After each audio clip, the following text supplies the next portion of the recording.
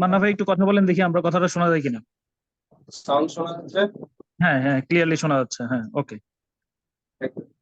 তো আমরা এখানে সপ্তাহে একটা ক্লাস আমরা মানত করছি, যে দুটা ক্লাস আমরা নেব। আর এরপরে হচ্ছে গিয়ে মোটামুটি একটা ভাইবা সম্পর্কে একটা ভালো ধারণা দেওয়ার পরে, সিলেবাস দেওয়ার পরে আমরা মক ভাইবা শুরু করব। ক্যাডারলিস মক ভাইবা শুরু হবে। আমরা মনে করছি জনের মক ভাইবা আমরা একদিনে নিতে পারবো না, তবে চেষ্টা করবো আমাদের সাথে যারা আছে সবার ক্লিয়ার করার জন্য। তো আমরা কথা না পারে আমরা ক্লাসে চলে যাই। তো আজকে যেটা টপিক সেটা হচ্ছে ভাইবার ইন্ট্রোডাকশন, ভাইবার সম্পর্কে ধারণা। তো প্রথম বিষয় হচ্ছে গিয়ে ভাইবা কি, সেট ভাইবা কি আছে, সেট ভাইবাটা কেন এত গুরুত্বপূর্ণ। তো এখানে প্রথমে জেনে রাখা ভালো যে সেট ভাইবাটা হচ্ছে 200 মার্কস এর। আহ, মান্না ভাই সাউন্ডটা কি আর একটু ক্লিয়ার করা যায় কিনা? সবারই সাউন্ডের সমস্যা হচ্ছে মোটামুটি, বা এটা আপনি হাতে রেখে বলতে পারবেন কিনা? মাইক তো হাতে রেখে বলা যাবে না ভাইয়া। এটা দেখি এবার কি শোনা যাচ্ছে ভাইয়া? হ্যাঁ, এইভাবে শোনা যায়, আপনি যখন একটু কাছাকাছি নিয়ে বলেন, হ্যাঁ। তো বিশেষ ভাইবাটা হচ্ছে 200 নাম্বারের ভাইবা। 200 নাম্বারের ভাইবা নিয়ে অনেক কথা আছে, যে 200 নাম্বারের ভাইবার কেন প্রয়োজন হয়, এত নাম্বার ভাইবাতে কেন রাখা প্রয়োজন। তো এই সকল বিষয়ে আমরা আলোচনা করবো না। তবে আমি শুধু এটুকু বলতে চাই, যেহেতু 200 নাম্বারের ভাইবা, সেহেতু আপনার এখানে সুযোগটা বেশি। কারণ হচ্ছে যেখানে 100 নাম্বারের যদি ভাইবা হতো, সেখানে ভাইবা যদি আপনার কোনো কারণে খারাপ হয়ে যেত, তাহলে কিন্তু নাম্বারটা 100-র মধ্যে খারাপ আসে। এখন নাম্বারটা 200-র মধ্যে খারাপ আসবে, যার কারণে হচ্ছে গিয়ে আমার যেটা মনে হয় যে আপনি মোটামুটি কিছু নাম্বার আপনি ক্যারি করতে পারবেন। তবে ঘটনা আগে পিছিয়ে সে সেমই হবে, কারণ বাকিদের তো সবাই 200 নাম্বারের মধ্যেই থাকবে। সুতরাং মানে কম্পিটিশনের ক্ষেত্রে গিয়ে আপনি সেই সমান কম্পিটিশনই করবেন, কিন্তু যাদের রিটার্ন নাম্বার ভালো আছে তারা 200 নাম্বারের সুবিধার কারণে হয়তো বেটার একটা পজিশনে চলে আসতে পারে। এটা আসলে একটা গেম। এই গেমটা আসলে বিরাট কঠিন, যে আসলে রিটার্ন নাম্বার হচ্ছে বাই দিস টাইম বাকিদের রিটার্ন নাম্বার হচ্ছে, আপনার ব্যাপার ভালো হচ্ছে হচ্ছে না, দিনের প্রেজেন্টেশন কেমন হচ্ছে, সবকিছু মিলিয়ে এটা কিন্তু একটা কঠিন গেম। তো এটার হিসাব নিকাশ মিলানোর চেষ্টা না করাটাই বেটার। আমার কাছে মনে হয় 200 নাম্বার ইজ অ্যান অপরচুনিটি, আপনাকে একটা সুযোগ হিসেবে নেওয়া উচিত, যে আপনার এখান থেকে ভালো কিছু আসবে। তো এটা হচ্ছে প্রথম কথা, যে 200 নাম্বারের ব্যাপারটা আসলে কত নাম্বার। তো আমি এখানে বুঝি 60% নাম্বার আপনি যদি 200 নাম্বারের মধ্যে ক্যারি করেন, অর্থাৎ 1 to 1 যদি আপনি ক্যারি করেন, তাহলে এটাকে আপনার সেফ স্কোর বলা যায়। যে 60% নাম্বারটা হচ্ছে একটা নিরাপদ স্কোর। এটার সাথে আপনার রিটার্ন ভালো নাম্বার, যেমন যদি 60% নাম্বার থাকে, তাহলে দুইটা 60% মিলিয়ে আপনার কিন্তু পছন্দের কয়েকটা ক্যাটাগরি আসতে পারে। কারণ না এরকম ভাই, কথাগুলো ভাঙ্গে ভাঙ্গে আসতেছে, মানে কোনো মতেই ক্লিয়ার হচ্ছে না মনে হয়। সেই সমস্যা আপনি বুঝতে পারছেন। আচ্ছা,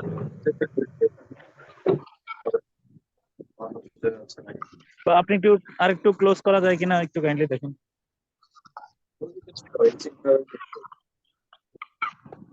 আচ্ছা, এখন কি শুনতে পাচ্ছে?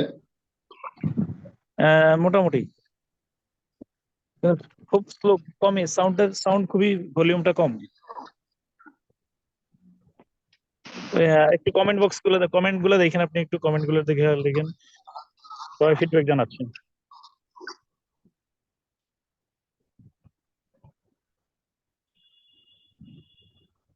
আচ্ছা, তো 200 কথা নাম্বারের ভেঙে মধ্যে ভেঙে ভেঙে আসতেছে।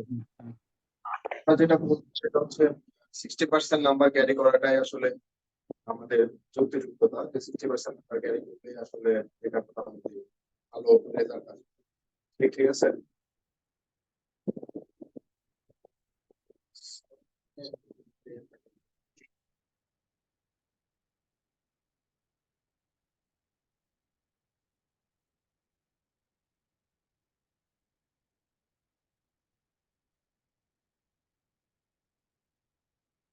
মাইক তো কানেক্ট হয়েছে। আচ্ছা, একটু আমাকে সময় দেন, আমি সলভ করি।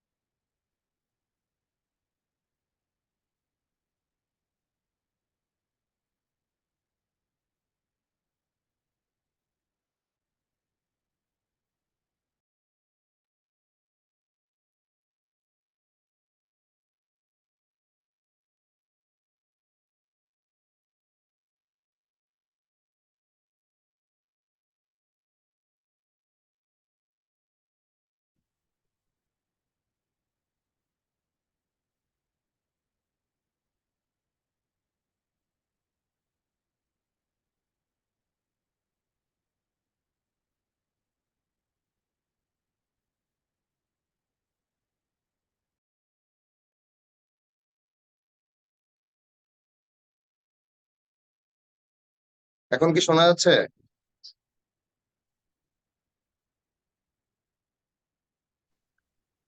কেউ Yes, একজন কমেন্ট sir. করো, শোনা যাচ্ছে? জি স্যার, শোনা যাচ্ছে। ক্লিয়ার?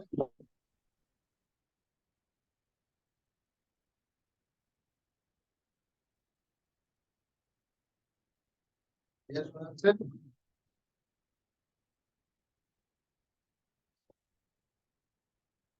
যাচ্ছে না?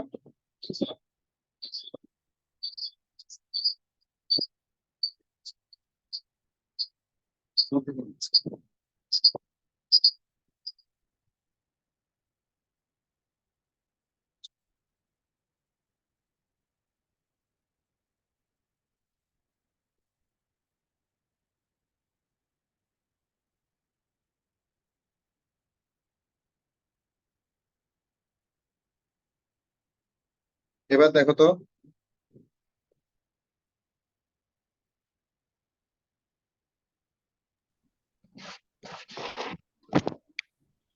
এবার শুনতে পাচ্ছ তোমরা? হ্যাঁ, বুঝতে পারছি। দেখলাম মাইকের সমস্যা। ওকে, এটা রেকর্ড করে তো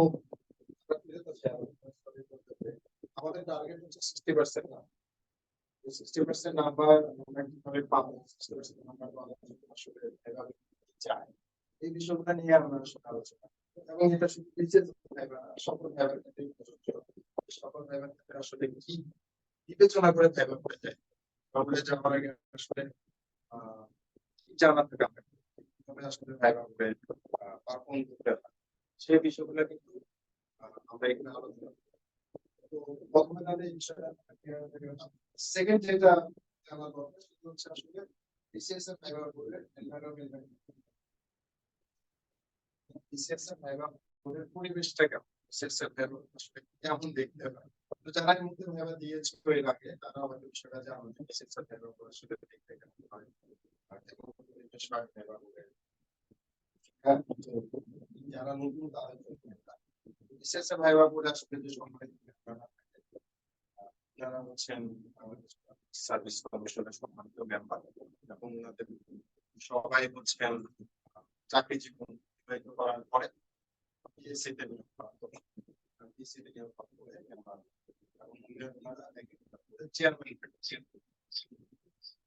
এখানে যে বিষয়টা তোমাদেরকে বুঝতে হবে সেটা হচ্ছে যে তোমাদের যারা মেম্বার নিচ্ছেন তাদের এক একজনের সম্মানিত মেম্বারদের এক একজনের চাকরির বয়স এবারে যে 30 ইয়ার, মানে ওনারা চাকরি করেছেন তারপরে হচ্ছে এখন পিএসসি ওনারা তোমাদের ভাইবা দিচ্ছেন। তো ওনারা এতটা এক্সপিরিয়েন্স থাকেন যে তুমি বুঝতে শুনতে তোমরা যারা ভাইবা দিতে যাচ্ছ তাদের চাকরির বয়স হচ্ছে ওনাদের চাকরির বয়স, তোমাদের বয়স হচ্ছে ওনাদের চাকরির বয়স অবস্থায়।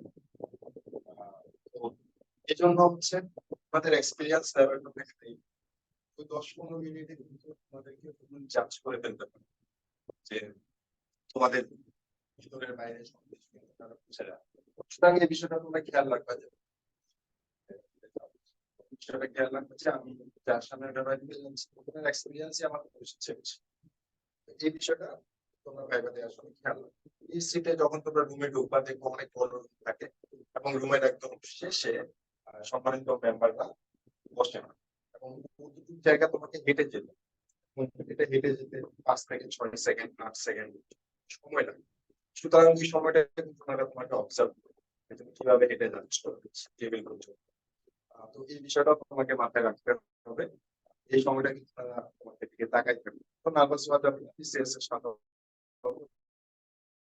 অনেকে নার্ভাস হয়, আমিও নার্ভাস ছিলাম, সবাই নার্ভাস হয়, কিন্তু এই নার্ভাসনেসটা যতটা কাটিয়ে উঠা যায় ততটা। এটা হচ্ছে বিসিএস এর ভাইবা বোর্ডের এনভায়রনমেন্ট। তো আমরা 3 নাম্বার যে বিষয়টা বলবো সেটা হচ্ছে উদ্দেশ্য। তোমরা যদি বিসিএস এর ভাইবা যারা দিতে যাচ্ছ তারা যদি পিএসসি অ্যাঙ্গেল থেকে বিষয়টা চিন্তা করো যে পিএসসি যখন ভাইবা নেয় পিএসসি এর আসলে উদ্দেশ্য কি থাকে, তোমরা খেয়াল করবা যে বিসিএস বাংলাদেশের একমাত্র চাকরি যেখানে অনেকগুলা চাকরির ভাইবা একসাথে। প্রথমত তুমি যে ক্যাডার চয়েস দিয়েছো 12টা 13টা 14টা যে কয়টা অ্যাভেলেবেল ছিল বা যে কয়টা তোমার পছন্দের ওই কয়টা চাকরির জন্য কিন্তু তুমি এলিজিবল। এরপরে আবার নন ক্যাডারের চাকরি আছে, নন ক্যাডার ফার্স্ট ক্লাস চাকরি আছে, নন ক্যাডার সেকেন্ড ক্লাস চাকরি আছে। আবার হচ্ছে গিয়ে তোমার ভাইবা শেষ হওয়ার পরে যদি কোনো প্রতিষ্ঠান রিকুইজিশন দেয় যে আমরা আমাদের 20 জন লাগবে, 25 জন লাগবে, 50 জন লাগবে, সেটা ফার্স্ট ক্লাস হোক সেকেন্ড ক্লাস হোক, যখন তারা রিকুইজিশন দিবে সেই রিকুইজিশন অনুযায়ী কিন্তু পিএসসি আবার আমাদের প্যানেল থেকে নিয়োগ। তো বিষয়টা বুঝতে পারছো যে তোমাদের পিএসসির হাতে কিন্তু তোমার জন্য অনেকগুলা চাকরি, ক্যাডার তো আছেই, নন ক্যাডারের অনেকগুলো চাকরি। তো এতগুলো চাকরি থাকার কারণে তোমার ভাইবাটা কিন্তু অনেক নমনীয় হবে, অনেক সফট হবে। কারণ তুমি যখন ভাইবা দিতে যাচ্ছ তখন একজন পিএসসি সম্মানিত মেম্বার কিন্তু এটা চিন্তা করবে যে প্রার্থীটা প্রিলি দিয়ে আসলো, রিটেন দিয়ে আসলো, এত কষ্ট করে এত সম্পদ করে পড়াশোনা করে এখানে আসলো, কিছু না কিছু নিয়ে যাক বা কিছু না কিছু সে পাক। সুতরাং এই জন্য হচ্ছে পিএসসি ভাইবাটা আমার হিসাবে যে বিসিএস ভাইবাটা হচ্ছে বাংলাদেশের যত চাকরির ভাইবা আছে সবচেয়ে সোজা ভাইবাটা হচ্ছে বিসিএস ভাইবা। আর এখানে তোমাকে সহজ থেকে আস্তে আস্তে আস্তে আস্তে কঠিনের দিকে চলে যাবে, কঠিন থেকে আরো কঠিনে চলে যাবে, গভীরে চলে যাবে। আবার তুমি যদি একদম না পারো তারপরে আবার তোমাকে সহজে নিয়ে আসবে, আবার সহজ থেকে তোমাকে আস্তে আস্তে করে কঠিনের দিকে ঢুকানোর চেষ্টা করো। অর্থাৎ তোমাকে প্রচুর সুযোগ দেওয়া হবে। তুমি যতবারই সুযোগ মিস করো তোমাকে 3 বা 4বার সুযোগ দেওয়া হবে। ফেল করার রেকর্ড এই জন্য কম থাকে, পাস করানো হয়, তারপরে কিছু ফেল করে, একদম ফেল করে না যে সেরকম। যাদের ভাগ্য খুব খারাপ থাকে, যাদের পারফরমেন্স খুবই খারাপ হয়ে যায়, আমি বলবো ভাগ্য খারাপ সেই জন্য পারফরমেন্স খারাপ হয়েছে। আমি রিটেন পাস করে একটা প্রার্থীর ভাইবা খুব বেশি খারাপ হওয়ার কিন্তু কারণ নাই, সে প্রস্তুতি নেয়। তো এই জন্য বিশেষ ভাইবাটা হচ্ছে সহজ ভাইবা। তো এটা চিন্তা করে তোমরা যদি ভাইবা করে ঢুকো তাহলে কিন্তু তোমাদের পেশার অর্ধেক কমে যাওয়া যে নামে একটা সহজ ভাইবা দিতে। ঠিক যারা ভাইবা নিচ্ছেন তারা অনেক দয়াশীল, অনেক মায়াশীল, তারা হচ্ছে আমাকে একদম নিরাশ করবেন, আমাকে খুব কঠিন প্রশ্ন করবেন না, এম্বারেসিং করবেন না, আমাকে মোটামুটি এটা ভালো ভাবে আমি দিতে যাচ্ছি। হ্যাঁ, এবং তাদের মাথায় কিন্তু এটা থাকে যে একটা স্টুডেন্ট আসছে, তাকে কিন্তু আমাদের কিছু একটা দেওয়া উচিত বা দেওয়ার সুযোগ আছে আমাদের। কারণ এই সিনারিওটা কিন্তু সম্মানিত মেম্বাররাও এক সময় যখন চাকরি ভেবে দিয়েছেন তখন পার করে আসছে। তারপরে একটা জিনিস যদি তুমি খেয়াল করো, তুমি যে বয়সে ভাইবা দিতে যাচ্ছ, সম্মানিত মেম্বারদের কিন্তু ওই বয়সেরই ছেলে মেয়ে আছে, ওরাও চাকরি বাকরি যদি চেষ্টা করে, ওই সিচুয়েশনটা কিন্তু ওনারা বুঝেন এবং ওনাদের বোঝার জন্য যথেষ্ট সুযোগ আছে। তো সবকিছু মিলিয়ে তোমার ভাইবাটা সহজ ভাইবা হচ্ছে, খুব সহজ একটা ভাইবা কমপ্লিট করতেছে, সে শোনা যাচ্ছে। এই এখনো শোনা যাচ্ছে না? শোনা যাচ্ছে তো, শোনা না যাবে কারণে। তো এই জন্য তোমার ভাইবাটা কিন্তু খুব সহজ একটা ভাইবা হবে, এবং এই সহজ ভাইবাটার জন্য তোমার কিন্তু প্রস্তুতি রাখতে হবে।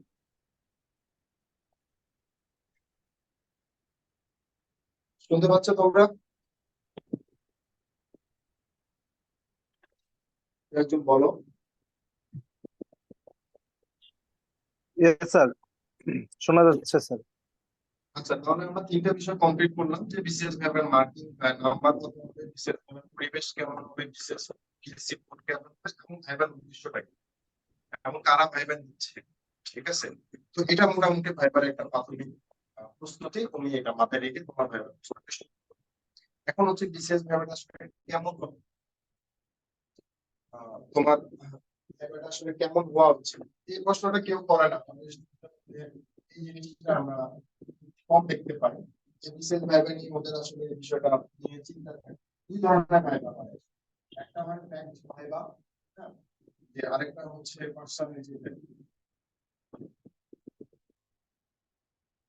তো যেটা ফ্যাক্ট ভাইবা সেটাকে আমরা বলি ফ্যাকচুয়াল, অর্থাৎ নলেজ বেসড ভাইবা। প্রচুর পরিমাণে প্রশ্ন করে যে কোনো বিষয়ে, সাধারণ জ্ঞান হোক, প্যারা রিলেটেড হোক, জব রিলেটেড হোক, সাবজেক্ট রিলেটেড হোক, মুক্তিযুদ্ধ হোক, প্রচুর প্রশ্ন করে, শুধু প্রশ্নের পর প্রশ্নই করতে পারি। ধরো অনেক প্রশ্ন করে ফেলি, 20টা 25টা 30টা প্রশ্ন করে ফেলি, অধিকাংশ প্রশ্নের আনসার দিয়ে দিলাম।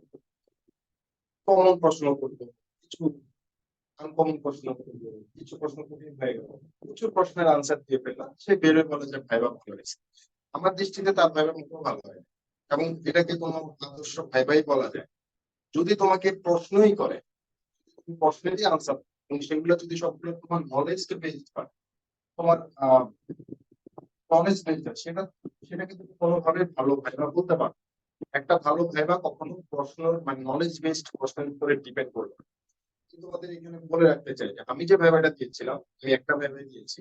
তো আমি যে ভাইবাটা দিয়েছিলাম সেখানে আমি প্রায় 20 থেকে 22 মিনিট পর্যন্ত আমি ভাইবা দিয়েছি, এবং আমার টোটাল ভাইবাতে মাত্র 3টা থিওরিটিক্যাল প্রশ্ন ছিল।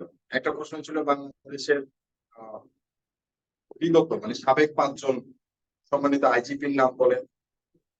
তারপরে একটা প্রশ্ন ছিল যে পুলিশ কি কি আইনে চলে, সেই আইনগুলো কোনটা কোনটা কোথায় কোথায় রিলেটেড। আরেকটা প্রশ্ন ছিল সিআরপিসি থেকে।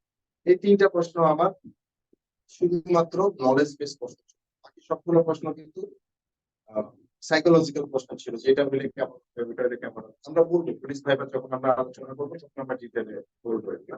তো আহ, আমার কাছে মনে হয় যদি তোমার অনেক প্রশ্ন হয় এবং নির্দিষ্ট নলেজ বেসড প্রশ্ন হয়, তাহলে সেটাকে তুমি কখনো ভালো ভাইবা বলতে পারবে না। ভালো ভাইবা বলতে পারবে না কেন? কারণ তোমার পার্সোনালিটি কিন্তু জাজ করা হয়। তোমাকে কিন্তু চাকরিটা তোমার নলেজ বেসের উপর দিবে না, তোমার পার্সোনালিটির উপরে দিবে। এটা কিন্তু তোমাকে আগে বুঝতে হবে যে তুমি যদি চিন্তা করো যে আমি অনেকগুলো প্রশ্নের আনসার পারি, আমি শুধু প্রশ্নের আনসার শিখবো, তাহলে কিন্তু তোমার ভেবে খারাপ হইতে যাচ্ছে। কারণ তোমাকে যে চাকরিটা দিবে সেই চাকরিকে তোমাকে কিন্তু মানে শুধুমাত্র পড়াশোনা করতে হবে, আগে কাজ করতে হবে, মানুষের সাথে মিশতে হবে, পরিস্থিতি সামাল দিতে হবে। সুতরাং এখানে তোমার পার্সোনালিটি জাজ করাটা খুবই গুরুত্বপূর্ণ। এই কারণে যাদের ভাইবা দেখবে যে প্রশ্ন কম হয়েছে কিন্তু বিভিন্ন বিষয় নিয়ে কথা বলেছে, যে আপনার ছেলেবেলা কেমন ছিল, বা এই বিষয়টা আপনি কিভাবে কন্ট্রোল করতে চান, এরকম সিচুয়েশনে বললে আপনি কি করবেন, আপনি তো ঘুষ খাবেন, ঠিক আছে, বা আপনি তো পারবেন না ফিল্ডে গিয়ে মারামারি করতে, ফিল্ডে গিয়ে মারামারি কন্ট্রোল করতে, আপনি তো বিপদে পড়লে আপনার তো মাথা কাজ করবে না, এই ধরনের যাদেরকে বলেছে, কিংবা ধরো যাদেরকে কোনো বিষয় নিয়ে মতামত জানতে চেয়েছে, যে এই বিষয়টা আপনি কিভাবে ভাবেন, হ্যাঁ, বাংলাদেশের সাথে চায়না সম্পর্ক নিয়ে আপনার আসলে মতামত কি, বা তোমাকে বললো যে পদ্মা ব্রিজ যে হলো, পদ্মা ব্রিজের আসলে ফিউচার কি, পদ্মা ব্রিজের অর্থনৈতিক ইম্প্যাক্ট গুলো কি বলে আপনি মনে করেন, এই যে প্রশ্নগুলো বলে আপনি কি মনে করেন, আপনার মতামত কি, আপনার এই ক্ষেত্রে সিদ্ধান্ত কি, বা আপনার দৃষ্টিকোণ থেকে ব্যাখ্যা করুন। এই বিষয়গুলো কিন্তু ইন্টারেস্টিং। এখানে কিন্তু ওনারা তোমার পার্সোনালিটি জাজ করতেছে, এবং যখনই তোমার পার্সোনালিটি জাজ করতেছে তুমি বুঝবা যে তোমাকে যে কোনো একটা ক্যাডারের জন্য চয়েস করতেছে। সেটা যে কোনো ক্যাডার হতে পারে, তোমার চয়েসের ক্যাডার হতে পারে, first choice, second choice, third choice, যে কোনোটা। তো এই যে যখনই তোমার ভেবে ফ্যাকচুয়াল হয়ে যাবে, তখনই দেখবে যে কমন প্রশ্ন বলতেছে বলেন ডব্লিউএইচও মানে কি, বলেন এফএও মানে কি, ইউএন কি করে, কবে গঠিত হয়েছে। তুমি বুঝবা যে আসলে তোমাকে ডিপে নিয়ে যাচ্ছে না, তোমাকে শুধু উপরে রাখতেছে। আমি আমার এক ফ্রেন্ডের ভাইবা শেয়ার করি, সঙ্গত কারণেই আমি নাম বলবো না, তাকে হচ্ছে গিয়ে বারবার ডিপে ঢুকাইতে চাচ্ছে কিন্তু প্রশ্নের আনসারের কারণে সে ডিপে যেতে পারছে না। তখন তাকে নর্মাল কয়েকটা প্রশ্ন করছে, এবং সে নর্মাল কয়েকটা প্রশ্নের আনসার দেওয়া হচ্ছে। তাকে জিজ্ঞেস করা হচ্ছে যে পুলিশ ক্যাডারে হায়ারার্কি, হায়ারার্কি বলতে গিয়েও সে নার্ভাস হয়েছে। পরে হাল ছেড়ে দিয়েছে যে এটা আসলে আজকে বোর্ডকে দিয়ে আজকে বাবা বুঝছে না। পরে বলে যাচ্ছে ঠিক আছে বাবা তুমি আসো। ওই ভাই আহ, ওই ভাইভাতে সে কোনো ক্যাডার পায়নি, নন ক্যাডার থেকে একটা স্ল্যাব জব আছে, পরবর্তী ভাইভাতে সে ভালো ক্যাডার আছে। তো এই ধরনের যাদের ক্যাডার হয়, সুতরাং ভাইবা হয়, সুতরাং আমরা বলতেছি যে ফ্যাকচুয়াল ফ্যাকচুয়াল যাদের ভাইবা হবে তাদের ভাইবা আসলে ভালো হচ্ছে না। যাদের ভাবে পার্সোনালিটি বেসে চলে যাচ্ছে, যাদের ভাবে সিদ্ধান্ত, আলোচনা, সমালোচনা, মতবাদ এইসব দিকে ঢুকে যাচ্ছে, তাদের ভাবে তোমার কাজ হচ্ছে তাদেরকে সম্মানিত মেম্বারদেরকে হিন্ট দেওয়া, যে এটার উপর আমাকে প্রশ্ন করেন, এটা নিয়ে আমি প্রত্যেকটা প্রশ্নের আনসার শুধুমাত্র শর্ট হয়ে গেলে সমস্যা। প্রত্যেকটা প্রশ্নের আনসারে তোমাকে হিন্ট দিতে হবে যে আমরা এটা নিয়ে আলোচনা করতে পারি। হ্যাঁ, সেই আলোচনার বিষয়বস্তুটা তোমাকে ছেড়ে আসতে হবে। এখন এই বিষয়গুলো কেউ বলে না। সবাই বলে যে প্রশ্ন শিখো, প্রশ্ন শিখো। এবার তো কোনো এমসিকিউ পরীক্ষা না, তোমাকে প্রশ্ন করলো আর তুমি আনসার দিবে। এবার তো একটা নলেজ বেসড ভাইবা হবে, পার্সোনালিটি বেসড ভাইবা হবে। কিছু প্রশ্ন তোমার নলেজ যাচাই করবে, কিছু প্রশ্ন তোমার কে যাচাই করবে, তুমি আসলে অফিসার হিসাবে কেমন। দেখো বিবেচনা করে তোমার ওই 10-15 মিনিটের ভাইবা দিয়ে তোমাকে কিন্তু 30-32 বছরের জন্য কিন্তু একটা চাকরি দেওয়া হচ্ছে, যেটা বাংলাদেশে একটা ফার্স্ট ক্লাস জব দেওয়া হচ্ছে। এখানে তোমার অনেক দায়িত্ব থাকবে, অনেক সুযোগ সুবিধা থাকবে। সুযোগ সুবিধার কথা বাদ দিলাম, তোমার অনেক দায়িত্ব থাকবে। তোমার হাতে মাঝে মাঝে অনেক মানুষের জীবন মরণ প্রশ্ন উঠে যেতে পারে, ঠিক আছে। তোমার হাতে মানুষের সম্পত্তির হিসাব হয়ে যেতে পারে, তোমার হাতে সরকারি সম্পত্তির হিসাব থাকবে। সুতরাং তুমি যদি ভাবো যে কয়েকটা প্রশ্নের উত্তর ক্যাডারটা দিয়ে দিবে, বিষয়টা কিন্তু মোটেই বিষয়টা একটু ক্রিটিক্যাল আছে। সুতরাং তোমার প্রশ্নের আনসারে তোমাকে আসলে ডিপ আলোচনার দিকে আসতে হবে এবং ওনাদেরকে ডিপ আলোচনা নিয়ে আসতে হবে এবং সেক্ষেত্রে তোমার কথা বলা, প্রশ্নের আনসারে তোমার মতামত দেওয়া, এই বিষয়গুলো কিন্তু debate করতেছে। তো আমরা শিখবো যে কিভাবে আসলে কথা বলতে হয়, কিভাবে কথা বলতে হয়। তো আমি আসলে এখানে বুঝাতে চাইলাম যে নলেজ বেস পেপার দিকে যাও না, প্রত্যেকটা জিনিসে শুধুমাত্র এমসিকিউর মতো আনসার শিখবে না, সেটা একটু ডিটেলও আলোচনা করতে শিখবো। তাহলে হচ্ছে তোমার ভাইভাতে কিন্তু ভালো রেজাল্ট আছে। ঠিক আছে? তো এখানে তোমার দেখবে যেটা অ্যাটিটিউড দেখবে, তোমার অ্যাটিটিউড দেখবে, তোমার বিহেভ দেখবে, ড্রেস আপ দেখবে, আমরা এগুলো নিয়ে কথা বলবো। ঠিক আছে? ইন্টারভিউ করে যদি তোমার শুধু নলেজে আসে তাহলে আসলে ইন্টারভিউ যারা নিচ্ছে তারাও মজা পাবে না, তুমি হয়তো মজা পাবে, তোমার আনসার বেস্ট করেছি। তো আমার কাছে মনে হয় এটা একটু ডিফিকাল্ট। ওকে, তো আমাদের পরের জিনিস হচ্ছে মার্কেটিং কিভাবে হয়। ভাইবা বলে কিভাবে মার্কেটিং। এখন আমি যখন আলোচনা করবো যে ভাইবা বলে কিভাবে মার্কেটিং করবো, তখন সম্মত কারণে আমাদের প্রশ্ন আসবে যে আপনি কি কখনো ভাইবা বোর্ডে ছিলেন, যে আপনি জানেন ভাইবা বোর্ড কিভাবে মার্কেটিং করে। রুমে ঢোকার এবং বের হওয়ার এটা বলতেছি। তো আমাদের যেটা প্রশ্ন যে ভাইবা বোর্ডে কিভাবে মার্কেটিং, তোমার কিভাবে নাম্বার দেওয়া হয়। তো আমি কখনো পিএসসি ভাইবা বোর্ডে ছিলাম না, টাকা প্রশ্ন আসা না। তো আমরা কিভাবে জানলাম, আমরা আসলে প্রচুর পরিমাণে মক ভাইবা দিই প্রতি বছর। এখন হয়তো অনলাইনে নিই, একসময় আমরা অফলাইনে নিই। তো আবার অ্যাভেলেবেল পেলে সিটিতে থাকলে আমরা অফলাইনও নিব। তো আমরা যখন একটা স্টুডেন্টকে মার্কিং করি ভাইবা দেওয়ার পরে, সম্মানিত পিএসসি মেম্বাররা একই সিস্টেমে মার্কিং করে, হিউম্যান জাজমেন্ট এরকমই হয়, ওনাদেরটা আমাদের যে ডিপ হয় আমাদেরটা হালকা, এটা ঠিক আছে। প্রসিজার তো সেম, যে স্টুডেন্ট সম্পর্কে আমাদের যে ধারণাটা হয় সেই ধারণাটা ওনাদের একইভাবে। এই জন্য আমরা বলতে পারি মার্কিং ব্যাপার হয়। আর তাছাড়া ধরো আমার বিসিএস এর পরে 35 থেকে লাস্ট বিসিএস পর্যন্ত যারা ভাইবা দিয়েছে, কারণ বেশিরভাগ অনেকের সাথে আমাদের কানেকশন থাকে, অনেকে ভাইবা দিয়ে বের হয়ে শেয়ার করে যে ভাইবা হয়েছে, ভাইবা হয়েছে, এটা জিজ্ঞেস করেছি, এটা পেরেছি, এটা পারি নাই। তারপরে হচ্ছে আমরা একটা আইডিয়া করে নিই, যেহেতু আমরা তাদের সাথে, যাদের সাথে আমরা রিটেন থেকে কানেক্টেড, আমরা জানি যে এই স্টুডেন্টের রিটেন কেমন হতে পারে। তার ভাইবাটা হয়ে আমরা একটা জাজমেন্ট কিন্তু তখন করে ফেলতে পারি যে আসলে কোন ক্যাডার দিতে যাচ্ছে, এবং সেই জাজমেন্টটা ভুল হয়, জাজমেন্টটা সঠিক হয়, মোটামুটি সঠিকই হয়। যাকে বলে দিচ্ছে ভাই তোমার আসলে এভাবে ভালো হয়েছে, এই ধরনের ক্যাডার আসতে হবে, এই ধরনের ক্যাডারই আসে। অনেক বছরের অভিজ্ঞতা আমাদের শহীদ ভাইয়ের এই ধরনের অভিজ্ঞতা আছে, এই জন্য আমাদের এটা হিসাব মিলে যায়। তো মার্কিং এর ক্ষেত্রে আমরা যেটা দেখি যে মার্কিং কেন হয়, তোমাদের কাছে আমার একটা প্রশ্ন, যে মার্কিংটা আসলে কিভাবে হয়। তোমরা ভাইবা বলে যখন ঢুকলা, তোমরা যখন ভাইবা বলে যখন ঢুকলা, তো এরপরে তোমরা মিনিমাম 15 মিনিট ভাইবা সবাই। ঠিক আছে, 15 মিনিটের নিচে সাধারণত ভাইবা হয় না। তো 15 মিনিট পরে তুমি যখন বের হয়ে গেলা, তোমার কাছে কি মনে হয় যে এই সম্মানিত মেম্বাররা 15 মিনিট ধরে তোমাকে যত প্রশ্ন করেছে, সবগুলা প্রশ্নের তুমি কেমন আনসার দিয়েছো সেই অনুসারে তোমাকে মার্কিং করেছে, যে এটাতে 2 পেয়েছে, ওটাতে 3 পেয়েছে, ওটাতে 1 পেয়েছে, ওটা ভালো আনসার হয়নি, এটা ভালো আনসার হয়েছে।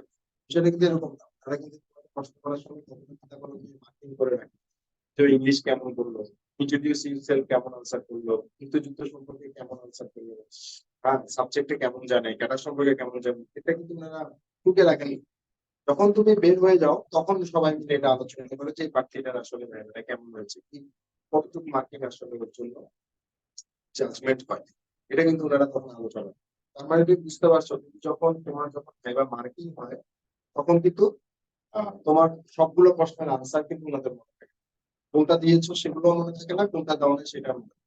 হ্যাঁ, এর মধ্যে কোনো আনসার বেশি ভালো দিয়ে ফেলো, এটা ওনাদের মনে থাকে যে হ্যাঁ অ্যান্সার। আবার কোনো আনসার যদি খুব বেশি খারাপ হয়ে যায়, তোমার অ্যাটিটিউড যদি খারাপ হয়ে যায় বা খুব বেশি নার্ভাস হয়ে গেছে, এই ধরনের আনএক্সপেক্টেড যদি কিছু বলে যায়, তাহলে ওনাদের ওটা মনে থাকে যে হ্যাঁ। আদারওয়াইজ কিন্তু সিগনিফিকেন্ট কিছু না হলে ওনারা কিন্তু অ্যাভারেজ দিয়ে মনে রাখে যে হ্যাঁ মোটামুটি সব পেরেছে বা মোটামুটি বেশিরভাগই পারেন। এইভাবে কিন্তু একটা অ্যাভারেজ থিঙ্কিং এর উপরে থাকে। মার্কিং কখনো অ্যাকুরেট না। তোমরা বের হয়ে যেভাবে বলো আমাকে 17টা প্রশ্ন করেছে, আমি 12টা পেয়েছি, সুতরাং আমি এত পার্সেন্ট পাবো, এরকম কিন্তু কিছু হয় না। উনারা কিন্তু মনে রাখে না যে তোমাকে কয়টা প্রশ্ন করা হয়েছে আর তার মধ্যে তুমি কয়টা প্রশ্নের আনসার পেরেছো। সবচেয়ে ইম্পর্টেন্ট, ওনারা মনে রাখে যে কয়টা প্রশ্নের আনসার পেরেছো সেটা কিভাবে দিয়েছো, বা যে কয়টা পারো নাই সেখানে কিভাবে তুমি না বলেছো। তোমার অ্যাটিটিউড দেখে, তোমার কথা বলার সময় তোমার হাত পা নাড়াচাড়া, চোখ, মুখের এক্সপ্রেশন সবকিছু কিন্তু ওনাদেরকে প্রভাবিত করে। সবকিছু মিলায় ফাইনালি ওনারা কিন্তু একটা এভারেজ থিঙ্কিং আসে যে হ্যাঁ এই প্রার্থী এই নাম্বারটা পেতে পারে। তারপরে কিন্তু ওনারা দরে সবাই মিলে মোটামুটি কাছাকাছি একটা নাম্বার ওনাকে প্রোভাইড করে। সুতরাং মার্কিং এর ক্ষেত্রে নাম্বারের কয়টা প্রশ্নের আনসার দিয়েছে এটা কিন্তু আবারও ইম্পর্টেন্ট। বলতেছি ফ্যাকচুয়াল ভাইবা কখনোই হয় না। তোমার কাছে মনে হতে পারে আমাদের অভিজ্ঞতা যেটা সেটা হচ্ছে এটা হয় না।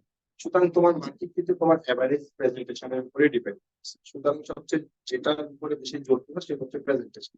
পড়াশোনা তো অবশ্যই করবা, তার সাথে সেই আনসার গুলো বলার দক্ষতা তোমার থাকবে। সুতরাং তোমরা বুঝতে পারছো যে ভাইবার মার্কিং আসলে এভাবেই টোটাল ভাইবাটার উপরে একটা সিনারিও ওনাদের ব্রেনে সেট হয়, সেই সিনারিওর উপরে ওনারা একটা এভারেজ মার্কিং করে, এভারেজ জাজমেন্ট করে, এভাবে কিন্তু ভাইবার মার্কিং। ঠিক আছে, তো এই পর্যায়ে তোমাদের যদি কোনো প্রশ্ন থাকে আমরা সেগুলো answer করার চেষ্টা করবো। কিছুক্ষণ পরে পরে পরে শোনা যায় না, শোনা যাচ্ছে কথা? কেউ একজন আনমিউট করে বলো। ইয়েস স্যার, শোনা যাচ্ছে স্যার। কমেন্টস করে কেউ শোনা যায় না। আচ্ছা এই পর্যায়ে তোমাদের স্যার কোনো প্রশ্ন? ক্যামেরা থেকে ক্যামেরা থেকে দূরে সরে গেলে স্যার হচ্ছে সাউন্ডটা কম আসে। আচ্ছা ঠিক আছে, ক্যামেরার কাছাকাছি। তো এখন আমরা যেটা করবো সেটা হচ্ছে ভাইবা বোর্ডে কি কি করা যাবে, ভাইবা বোর্ডে তোমার কি বিষয় সতর্ক থাকবে যেটা হচ্ছে ভাইবা বোর্ডে করা যাবে।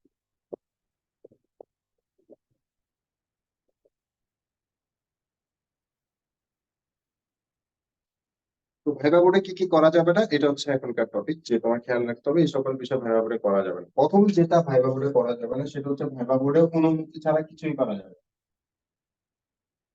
অনুমতি ছাড়া ভাইবা বোর্ডে কোনো কিছুই করা যাবে না। কিরকম অনুমতি ছাড়া প্রবেশ করা যাবে না? তুমি যখন ঢুকবা তখন তুমি অনুমতি নিয়ে ঢুকবা। তুমি হচ্ছে দরজাটা হালকা ফাঁক করে যাতে তোমাকে একটু দেখা যায় সেভাবে তুমি অনুমতি নিবা যে স্যার আসতে পারি কিংবা মে আই কাম স্যার। এখন এখানে একটা মজার বিষয় হচ্ছে দরজার সাথে আহ যে বোর্ড এটা দূরত্ব কিন্তু বেশ অনেকটাই। সুতরাং তোমাকে অতটুকু লাউডে বলতে হবে যাতে বোর্ড শুনতে পায়। আবার এতটা লাউডেও তুমি বলা উচিত হবে না যাতে বোর্ডের কানে লাগে কথাটা। ঠিক আছে, তখন বলবে যে তুমি চিৎকার করতেছো কেন, আমরা তো শুনতে পাচ্ছি। আবার এতটাও স্লোলি বলা উচিত না যাতে বোর্ড শুনতেই না পায়। ঠিক আছে, সুতরাং ওইভাবেই তোমাকে কতটুকু ডিস্টেন্স মেপেই তোমাকে বলতে হবে যে may I come in sir, আমি কি আসতে পারি। আমি একটা মজার কথা শুনছিলাম যে may I come in sir বলে নাকি পুরা ভাইবা ইংলিশে হয়। আসলে এটা সম্পূর্ণ একটা ভ্রান্ত ধারণা। ভাইবার একটা পার্ট ইংলিশে হবেই, আর পুরোটা ইংলিশে হওয়াটা হচ্ছে তোমার জন্য আরো ভালো। ওনারা তোমার সাথে ইংলিশে কথা বলে ওনাদের ভালো লাগতেছে, তোমার ফ্লুয়েন্সি ওনাদেরকে মুগ্ধ করতেছে, বলতেছে। অথবা তোমার এতটাই খারাপ ফ্লুয়েন্সি যে ওনারা আসলে তোমার থেকে মিনিমাম ফ্লুয়েন্সি আশা করছিল সেটা পাচ্ছেন না, অতটুকু ফ্লুয়েন্সি ওনারা তোমার থেকে চেষ্টা করতেছেন বের করে আনার জায়গা। সুতরাং ঢোকার সময় অনুমতি নিয়ে ঢুকতে হবে। এরপরে আমি তোমাকে প্রথমেই বলেছি তোমাকে বেশ খানিকটা পথ হেঁটে আসতে হবে। এই পথ হেঁটে আসাটা তোমাকে অবজার্ভ করবে, তো হাসি মুখে আসাটাই বেটার, আবার এতটাও হাসি মুখ না যাতে মনে না হয় যে ওনাদেরকে দেখে তুমি হাসতেছো। এটা জেন্টেল হাসি আর কি। ঠিক আছে, তো এরপরে আসার পরে তুমি যখন চেয়ারে বসতে চাইবা বা আসার পরে তুমি সালাম দিবা, তোমার রিচুয়াল অনুসারে তুমি দিতে পারো, এটা কোনো ফ্যাক্টই না, কোনো এটা মেটার করে না। তোমার রিচুয়াল অনুসারে তুমি সালাম দিলা, সালাম দেওয়ার পরে ওনারাই তোমাকে বলবে যে তুমি বসো। আর আহ এরপরে তুমি ধন্যবাদ দিয়ে বসে যাবে। কোনো কারণে ওনারা বলবে না এটা এখন পর্যন্ত কখনো পাই নাই, কিন্তু যদি কোনো কারণে ভুলে যায় বলতে তাহলে আবার বসে পড়িও না, ওয়েট করো যে সময় মতো ওনারা বলবে। বসার আগে ওনারা নর্মালি কোনো প্রশ্ন করে না, because they are considering you as a first class officer. সুতরাং তোমাকে অতটুকু সম্মান ওনারা অবশ্যই দিবেন। তারপরে যদি কোনো কারণে হয়ে যায় তাহলে প্রশ্নের আনসার দেওয়ার আগে তুমি অনুমতি নিয়ে নিও যে স্যার আমি কি বসে বলতে পারি, তাহলে ওনারা কিন্তু তোমাকে বুঝতেই বলবে। সুতরাং অনুমতি ছাড়া ভাইবা বোর্ডে কিছু করা যাবে না। তোমার যদি হঠাৎ করে মনে হয় যে আমি এক গ্লাস পানি খাবো, হুম, তো সেটাও তুমি অনুমতি নিও যে স্যার আমি এক গ্লাস পানি খাবো, খাওয়া যাবে। তোমার ইংলিশে প্রশ্ন করলো, তোমার কোনো কারণে মনে হচ্ছে যে না আপনি আসলে এটা ইংলিশে কন্টিনিউ করতে পারবো না, তুমি অনুমতি নিও যে স্যার আমি কি একটু কাইন্ডলি বাংলায় বলতে পারি, এই প্রশ্নটা ইংলিশে বলতে আমার সমস্যা হচ্ছে, তাহলে সেটাও অনুমতি সাপেক্ষে তুমি বাংলায় বলতে পারবে। ঠিক আছে, অর্থাৎ অনুমতি ছাড়া ভাইবা বোর্ডে কিছুই করা যাবে না। ইভেন তুমি চলে যাচ্ছ, তোমার কাগজপত্র ওনাদের কাছে রয়ে গেছে, ভুলে ওনারা তোমাকে দেয়নি বা কোন একটা কারণে দেয়া হচ্ছে না, তুমি অনুমতি চেয়ে নিবা যে স্যার আমার ডকুমেন্টস গুলো প্লিজ। ঠিক আছে? তো ভাইবা বোর্ডের প্রথম নিয়ম হচ্ছে অনুমতি ছাড়া ভাইবা বোর্ডে কিছুই করা যাবে না। হ্যাঁ, এটা হচ্ছে প্রথম নিয়ম। দ্বিতীয় নিয়ম হচ্ছে ভাইবা বোর্ডে দেরি করা যাবে না। তুমি কোনোভাবেই ভাইবা বোর্ডে লেটে পৌঁছাবা না, কোনো কারণেই না। তোমার যদি মনে হয় যে আধা ঘন্টা আগে পৌঁছানো সেফ, আধা ঘন্টা আগে পৌঁছাও। তোমার যদি মনে হয় যে না আমার ডিস্টেন্স অনুসারে আমার 1 ঘন্টা হাতে রেখে যাওয়া ভালো, 1 ঘন্টা হাতে রেখে যাও, কিন্তু কোনোভাবেই তুমি দেরিতে পৌঁছাবা না। আর এখানে যেটা ঘটনা হয়, তোমরা যখন পিএসসি তে পৌঁছাবা, পিএসসি পৌঁছানোর পরে তোমাদেরকে একটা হল রুমে বসানো হবে। এরপরে একজন এসে এত রোল থেকে এত রোল পর্যন্ত আমার সাথে চলেন বলে ডেকে নিয়ে যাবে তোমার ভাইবা বোর্ডে। And you should not know যে তোমার ভাইবা বোর্ড কোনটা। তুমি যাওয়ার পরে জানতে পারবে যে হ্যাঁ আমি স্যারের বোর্ডে আসছি, তার আগ পর্যন্ত তুমি জানতেই পারবে না। কারণ তুমি যদি কোনো কারণে ওই ভদ্রলোক যখন ডেকে নিয়ে গেল, তুমি যদি কোনো কারণে মিস করো, তাহলে কিন্তু সবার নিয়ে যাওয়ার পরে তোমাকে আবার ডাক ডেকে নেবে। বাই দিস টাইম যদি তোমার ভাইবা সিরিয়াল ক্রস করে যায়, তাহলে কিন্তু তোমার জন্য বিপদ সেটা। সুতরাং এই জন্য ভাইবা বোর্ডে কখনো দেরিতে পৌঁছানো যাবে না, কোনোভাবেই ভাইবা বোর্ডে দেরি করা যাবে না। কিংবা তোমাকে কলিং বেল দিয়ে ডাকলো যে তুমি এখন ভিতরে আসো, তোমার যাইতে দেরি হচ্ছে, তাহলেও কিন্তু ভালো হবে না, তোমার এটা প্রস্তুত থাকতে হবে। তো ভাইবা বোর্ডের সেকেন্ড রুল হচ্ছে কোনোভাবেই দেরি করা যাবে না। ভাইবা বোর্ডের থার্ড রুল যে তোমার সাথে যে মোবাইল ফোন আছে সেটা নিয়ে যাওয়া হবে না। মোবাইল ফোন আগেই জমা নিয়ে নেয়। তারপরে যদি কোনো কারণে তোমার কাছে থেকে যায়, অবশ্যই বোর্ডের বাইরে নিয়ে, কোনোভাবেই মোবাইল ফোন তোমার সাথে ক্যারি করা যাবে না ভাইবা বোর্ড, কোনো কারণেই না। মোবাইল ফোন তোমার সাথে ভাইবা বোর্ডে ক্যারি করা মানেই তোমার উপরে সন্দেহ আসবে। এবং মোবাইল যদি কোনো কারণে বেজে উঠে ভাইব্রেট করে উঠে, তাহলেও কিন্তু সমস্যা। কারণ এটা একটু সেন্সিয়ার থাকে, মোবাইল ফোন যাতে সাথে না থাকে। তারপরে হচ্ছে আমি বললাম যে কিভাবে ঢুকতে হবে। ভাইবা যখন শেষ করবা তখন হচ্ছে গিয়ে যথার্থভাবে তুমি ভদ্র ছেলে মেয়ের মতো সালাম দিবা, থ্যাঙ্কস জানাবা। এবং হয় কি যে থ্যাঙ্কস জানানোর সময় আমরা একজনকে বা বোর্ডের চেয়ারম্যানকে দিকে তাকাই, আমরা থ্যাঙ্কস জানাই, বাকি দুজন কিন্তু আমাদের দিকে তাকাই থাকে। আমার দিকে তাকাইলো না, আমাকে থ্যাঙ্কস দিল না, বাকি দুজনে কিন্তু তোমাকে মার্কিং করবে। বিষয়টা এমন না যে তুমি বাকি দুজনকে থ্যাঙ্কস দাও নাই, কিন্তু থ্যাঙ্কস বলার সময় তুমি শুধু চেয়ারম্যান স্যারের মুখের দিকে বা বোর্ডের যে চেয়ারম্যান স্যার ওনার মুখের দিকে তাকাইছিল। তো এটা করিও না, তাহলে বাকি দুজন যদি কোনো কারণে মাইন্ড করে বসে যে রামু তো একজনকে থ্যাঙ্কস দিয়ে চলে গেল, আমাকে দিল না, যদি এরকম করে না, তারপর তুমি এটা সাবধানে থাকো। তুমি থ্যাঙ্কস বলার সময় তিনজনের দিকে বা চারজন যে কজন থাকেন ওনাদের সবার দিকে তুমি তাকাবা, এবং তারপরে তুমি সালাম দিবা, সেটাও সবার দিকে তাকাই দিবে। তাহলে হচ্ছে গিয়ে সমান ভাবে বন্টন হয়ে গেল তোমার সম্মান দেওয়াটা। এখানে আর কোনো প্রবলেম ক্রিয়েট হইলো না। এগুলো ছোট ছোট বিষয় কিন্তু প্রবলেম ক্রিয়েট করে। তো এটা তোমার মাথায় রাখবে। তারপরে হচ্ছে গিয়ে 5 নাম্বার বিষয়, বডি ল্যাঙ্গুয়েজ। এটা হচ্ছে ভাইবা বোর্ডের আমার মতো সবচেয়ে ইম্পর্টেন্ট বিষয়। কি পারলা কি পারলা না এটা কিছুই যায় আসে না। খুব বেশি খারাপ ভাইবা তোমরা দিবা না, কারণ সবাই একটা প্রস্তুতি নিয়ে যাবা, কিন্তু বডি ল্যাঙ্গুয়েজটা অনেক বেশি ইম্প্যাক্ট করে। ঠিক আছে? কথা বলার সময় তুমি হাত পা যদি নেড়ে থাকো, সে অভ্যাস তোমাকে ত্যাগ করতে হবে। হাত পা লক করে রাখতে হবে, এটা নাড়া যাবে না। পা দিয়ে অনেকে পা নাচায় কথা বলার সময়, এটা করা যাবে না। হাত নড়ে, এটা করা যাবে না। কিছু মুদ্রা দোষ আছে, কথা বলার মাঝখানে এসব করা যাবে না। এটাকে সাবধান থাকতে হবে। মাথা চুলকানো, কথা বলার সময় অনেকে মাথা চুলকায়, হম আম, এটা করা যাবে না। তারপরে অনেকের আবার অভ্যাস আছে যে হাতের নখ দাঁত দিয়ে কাটে, খেয়াল থাকে না যে আমি নিজের হাতের নখ হচ্ছে দাঁত দিয়ে। তো কোনো কারণে যদি ভাইবা বোর্ডের সামনে নিজের হাতের নখ খেয়ে ফেলো, তাহলে কিন্তু ঝামেলা আছে।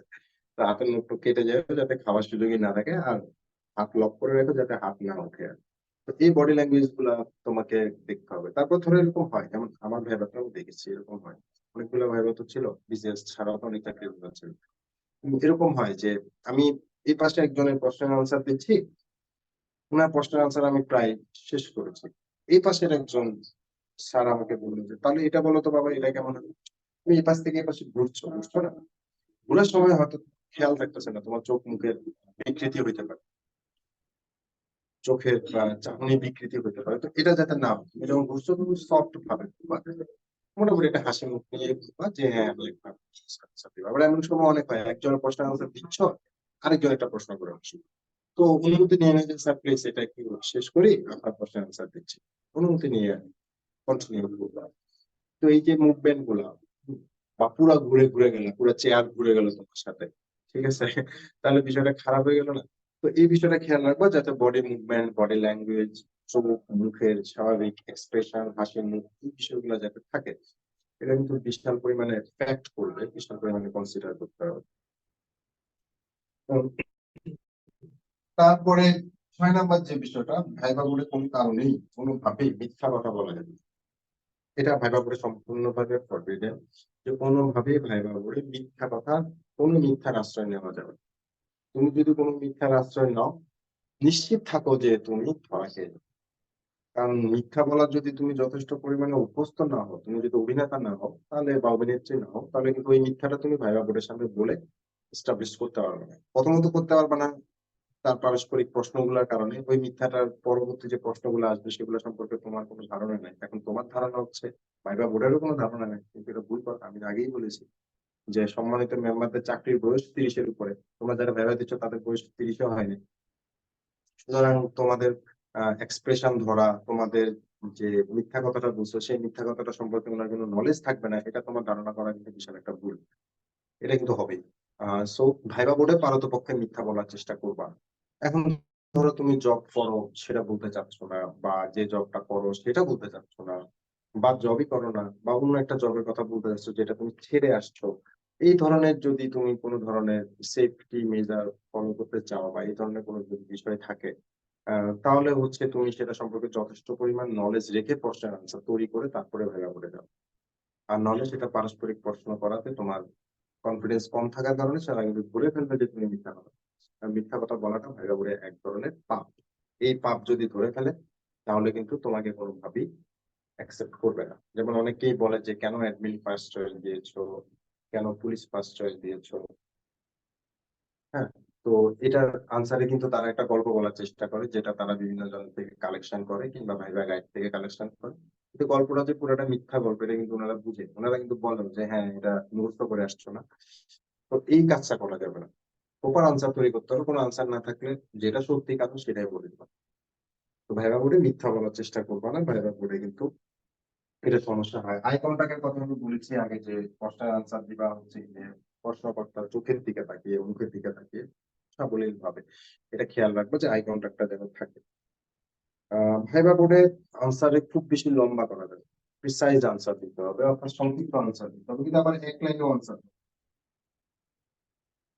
হ্যাঁ, যে খুব বেশি লম্বা আনসার দিয়ে ফেললে কিন্তু ঝামেলা আছে, আবার এক লাইনে আনসার শেষ করে দিলে কিন্তু ঝামেলা আছে। তোমাকে জিজ্ঞেস করলো পদ্মা সেতু অর্থনীতির জন্য ভালো না খারাপ, তুমি বললে স্যার ভালো, বলে চুপ হয়ে গেল, তাহলে কিন্তু হতাশ হলো, ঠিক না? তুমি একটা দুইটা লাইন বলবা, এটা কিন্তু ওনারা আশা করে যে হ্যাঁ স্যার পদ্মা সেতু তো অর্থনীতির জন্য অনেক ভালো, পদ্মা সেতুর কারণে জিডিপি এত% বৃদ্ধি পেয়েছে, একটা লাইন বলতে পারো। তারপরে সেখান থেকে প্রশ্ন আসবে তাহলে জিডিপি কিভাবে বৃদ্ধি পেলো, পদ্মা সেতুর কারণেই কিভাবে বৃদ্ধি পাইলো, নর্মালি জিডিপি কিভাবে বৃদ্ধি পায়। ওনারা তোমাকে একটা প্রশ্ন করছেন যাতে তুমি একটা আনসার দাও, সেখান থেকে যারা আরো 4-5টা প্রশ্ন করতে পারে। কারণ না হলে তো ওনাদেরকে তোমাকেই প্রশ্ন করে যেতে হবে। আর প্রশ্ন করে যাওয়াটা ওনাদেরকে মাথায় প্রশ্ন চিন্তা করতে হবে যে আমি কি কি প্রশ্ন করবো, প্রশ্ন এত প্রশ্ন তো রেডি থাকে না। আর তোমরা এক এক বোর্ডে ভাইবা দিচ্ছ হচ্ছে যে 10 জন, 12 জন, 15 জন, এতজনের জন্য গড়ে যদি 15টা প্রশ্ন রেডি করতে হয়, 20টা প্রশ্ন রেডি করতে হয়, তাহলে তো অনেকগুলো প্রশ্ন, এত প্রেশার কে নিবে? সুতরাং তোমার আনসার থেকে প্রশ্ন করার জন্যই কিন্তু তোমার আনসারটা এক লাইন 2 লাইন বাড়তি হওয়া উচিত। আবার এতটাও বাড়তি হওয়া উচিত না যাতে ওনারা বিরক্ত হয় যে ভাই এটা তো জানতে চাই নাই, জানতে চাইছি এটা। সুতরাং ওইভাবে তুমি আনসারটা রেডি করবে, ওইভাবে তুমি আনসারটা দিবা। তারপরে 9 নম্বর হচ্ছে কোন প্রশ্নের সাথে তুমি এক্সাম্পল, আনসারের সাথে তুমি এক্সাম্পল দেওয়ার চেষ্টা করো, যে এটার সাথে এটা রিলেট। ঠিক আছে, তোমাকে বললো যে মূল্যস্ফীতি আমাদের জন্য কত টাকা, তুমি বললে যে স্যার মূল্যস্ফীতি আমাদের এই মুহূর্তে যেটা আছে সেটা আমাদের জন্য অসহনীয় পর্যায়ে, কিন্তু হচ্ছে কি আবার অনেক বেশি মূল্যস্ফীতি কমে গেলে কিন্তু আমাদের প্রবলেম ক্রিয়েট হয়ে যাবে, তখন আমাদের হচ্ছে কি প্রোডাকশন কমে যেতে পারে, আমাদের অর্থনীতির জন্য সেটাও খারাপ দিক। তো এভাবে তুমি এক্সাম্পল দিবে, ঠিক আছে, যে মূল্যস্ফীতি আসলে কতটুকু ভালো কতটুকু খারাপ, সেখান থেকে তোমাকে প্রশ্ন কিন্তু চলে আসবে যে কতটুকু কমা ভালো, কতটুকু বাড়তি ভালো, কেন ভালো কেন খারাপ না। এখন তুমি হচ্ছে কি এক্সাম্পল যদি না দাও, তুমি বলে যে না মূল্যস্ফীতি এতটা অস্ট্রেলিয়ার যুগে মানুষ মারা যাচ্ছে, এটা কিন্তু কোনো আনসার পেলো না। তুমি ধরো তুমি একদম চিন্তা করতেছো তুমি একটা সরকারি কর্মকর্তা, তোমাকে যখন মিডিয়ায় প্রশ্ন করবে যে এখন মূল্যস্ফীতির অবস্থা কি, তুমি কি এই আনসার দিবা যে মূল্যস্ফীতির অবস্থা খুবই অসহনীয়, মানুষ মারা যাচ্ছে? নিশ্চয়ই না। তুমি মিডিয়াকে কন্ট্রোল করার জন্য, তুমি মিডিয়াকে একটা ভালো আনসার দেওয়ার জন্য একটা একটা এমন একটা আনসার দিবা যেখানে মূল স্পিডের কথাও থাকবে, সমাধানের কথাও থাকবে, সমস্যার কথাও থাকবে, তোমার পদক্ষেপের কথাও থাকবে এবং কিছু আশাবাদও থাকবে যে না ঠিক আছে আমি এটা কন্ট্রোল করতে পারবো। এভাবেই সরকারি কর্মকর্তারা আনসার দেয় মিডিয়ামে। তো তোমাকেও ওইখান থেকে কিন্তু ওরকম একটা আনসার তোমার থেকে আশা করতেছে। তো সেখানে তুমি এক্সাম্পল দিলা না, প্রিসাইজ করলা না আনসারকে, এক লাইনে বলে দিলা, ছোট একটা ওয়ার্ড বলে দিলা, তাহলে কিন্তু তোমার ভাইবা ভালো হবে। এরপরে হচ্ছে কি লং পজ, মানে ভাইবা বোর্ডে অনেকক্ষণ কোনো কারণে থেমে থাকা যাবে। তোমাকে একটা প্রশ্নের আনসার জিজ্ঞেস করলো, ঠিক আছে, তোমার এটা মনেই পড়তেছে না, বিষয়টা কিন্তু তুমি জানো কিন্তু তোমার কোনোভাবেই মনে পড়তেছে না। আর তুমি চিন্তাই করতেছো, চিন্তায় ডুবে গেছো যে বিষয়টা আসলে কি ছিল, চিন্তাই করে যাচ্ছ, চিন্তাই করে যাচ্ছ, উপরের দিকে তাকাচ্ছ, নিচের দিকে তাকাচ্ছ, এদিকে তাকাচ্ছ, ওদিকে তাকাচ্ছ, কিন্তু কোনো আনসার দিচ্ছ না। ঠিক আছে, তুমি বলো যে সরি স্যার আসলে টার্মটা এক্স্যাক্টলি মনে করতেছেন, তবে এই টাইপের কিছু একটা হইতে পারে। হ্যাঁ, কিন্তু তুমি চুপ করে বসে থাকলা, সবাই চুপ করে বসে তোমার দিকে তাকায় আছে আর তুমি চুপ করে বসে উপরের দিকে তাকায় আছো। সিচুয়েশন কিন্তু অ্যাবনর্মাল হয়ে যাচ্ছে, অড হয়ে যাচ্ছে। সুতরাং লং পজ নেওয়া যাবে, তুমি বুঝবা যে আসলে আনসার বের হচ্ছে না তোমার দিকে, তখন তুমি সরি স্যার বলে ফেলবা বা রিলেটেড কিছু একটা বলে ফেলবা। দীর্ঘ সময় চুপ করে থাকবা না, দীর্ঘ সময় চুপ করে থাকলে একটা অড সিচুয়েশন ক্রিয়েট হবে এবং সেই অড সিচুয়েশন তোমার জন্য ট্যাকেল করা কঠিন হয়ে যাবে, উনাদের জন্য আসলে অড হয়ে যাবে। সুতরাং লং পজ থাকবে না, ভাইবা একটা কনভারসেশন চালিয়ে যেতে হবে, কথা বলতে হবে। ঠিক আছে, সবশেষে যেটা বলতে চাচ্ছি সেটা হচ্ছে যেগুলো আমাদের সম্মানজনক উপাধি, সম্মানজনক বা সম্মানসূচক যেসব বিষয় থাকে, যেগুলো সম্মানসূচক ভাবে বলতে হয়, যে মাননীয় প্রধানমন্ত্রী, মহামান্য রাষ্ট্রপতি, হ্যাঁ, মাননীয় মাননীয় সংসদ সদস্য, এই সকল বিষয়গুলো যেগুলো থাকে, সম্মানিত সভাপতি, হুম, বা সম্মানিত সচিব, হুম, সম্মানিত, যেসব জায়গায় বলতে হবে, মাননীয় যেসব জায়গায় বলতে হবে, মহামান্য যেসব জায়গায় বলতে হবে, সেসব জায়গায় কখনো মিস করবো না। সেসব জায়গায় তুমি এই সকল উপাধিগুলা, এই সকল সম্মানসূচক উপাধিগুলা তুমি ব্যবহার করো। তাহলে হচ্ছে কি তোমার কথার মধ্যে একটা ভ্যালু অ্যাড হবে। আদারওয়াইজ কিন্তু তোমার কথা খুব ইম্যাচিউর শোনাবে। যে একটা সরকারি কর্মকর্তা হতে যাচ্ছ, তুমি যদি এখন না বুঝো যে কোথায় আসলে কিভাবে কথা বলতে হবে, কার সাথে কিভাবে কথা বলতে হবে, মহামান্য আদালত এইভাবে যদি তুমি কথা বলতে না পারো, ঠিক ঠিক আছে, তারপরে তুমি যদি এগুলো বুঝতে না পারো তাহলে কিন্তু সমস্যা। সুতরাং এটার জন্য হচ্ছে তোমাকে নিউজ পেপার পড়তে হবে এবং সেখানে বিজ্ঞ বিচারক এই সকল কথাবার্তা তোমাকে যখন বলতে হবে তখন হচ্ছে গিয়ে তোমাকে এই সকল উপাধি ব্যবহার করতে হবে। আদারওয়াইজ ওনাদের কানে লাগবে যে এই কথাটা তো এরকম না, এখানে একটা উপাধি ব্যবহার করা হয়। এটা কোথায়, কারণ ওনারা সম্মানিত মেম্বাররা কিন্তু 30-32 বছর ধরে এগুলা ব্যবহার করে আসছে। হঠাৎ করে তোমার কথা থেকে শুনে দেখা যাচ্ছে যে এটা এটা একটা আনইউজুয়াল ওয়ার্ড মনে হচ্ছে ওনাদের কাছে, তোমার সম্পর্কে ভালো ইম্প্যাক্ট হবে না। ঠিক আছে, এটা গেল হচ্ছে গিয়ে ভাইভাতে কি কি করা যাবে না। তো এখানে তোমাদের প্রশ্ন থাকলে বলো, নাহলে আমরা নেক্সট টপিকে চলে যাব। দ্রুত বলো, লিখে দাও প্রশ্নগুলো।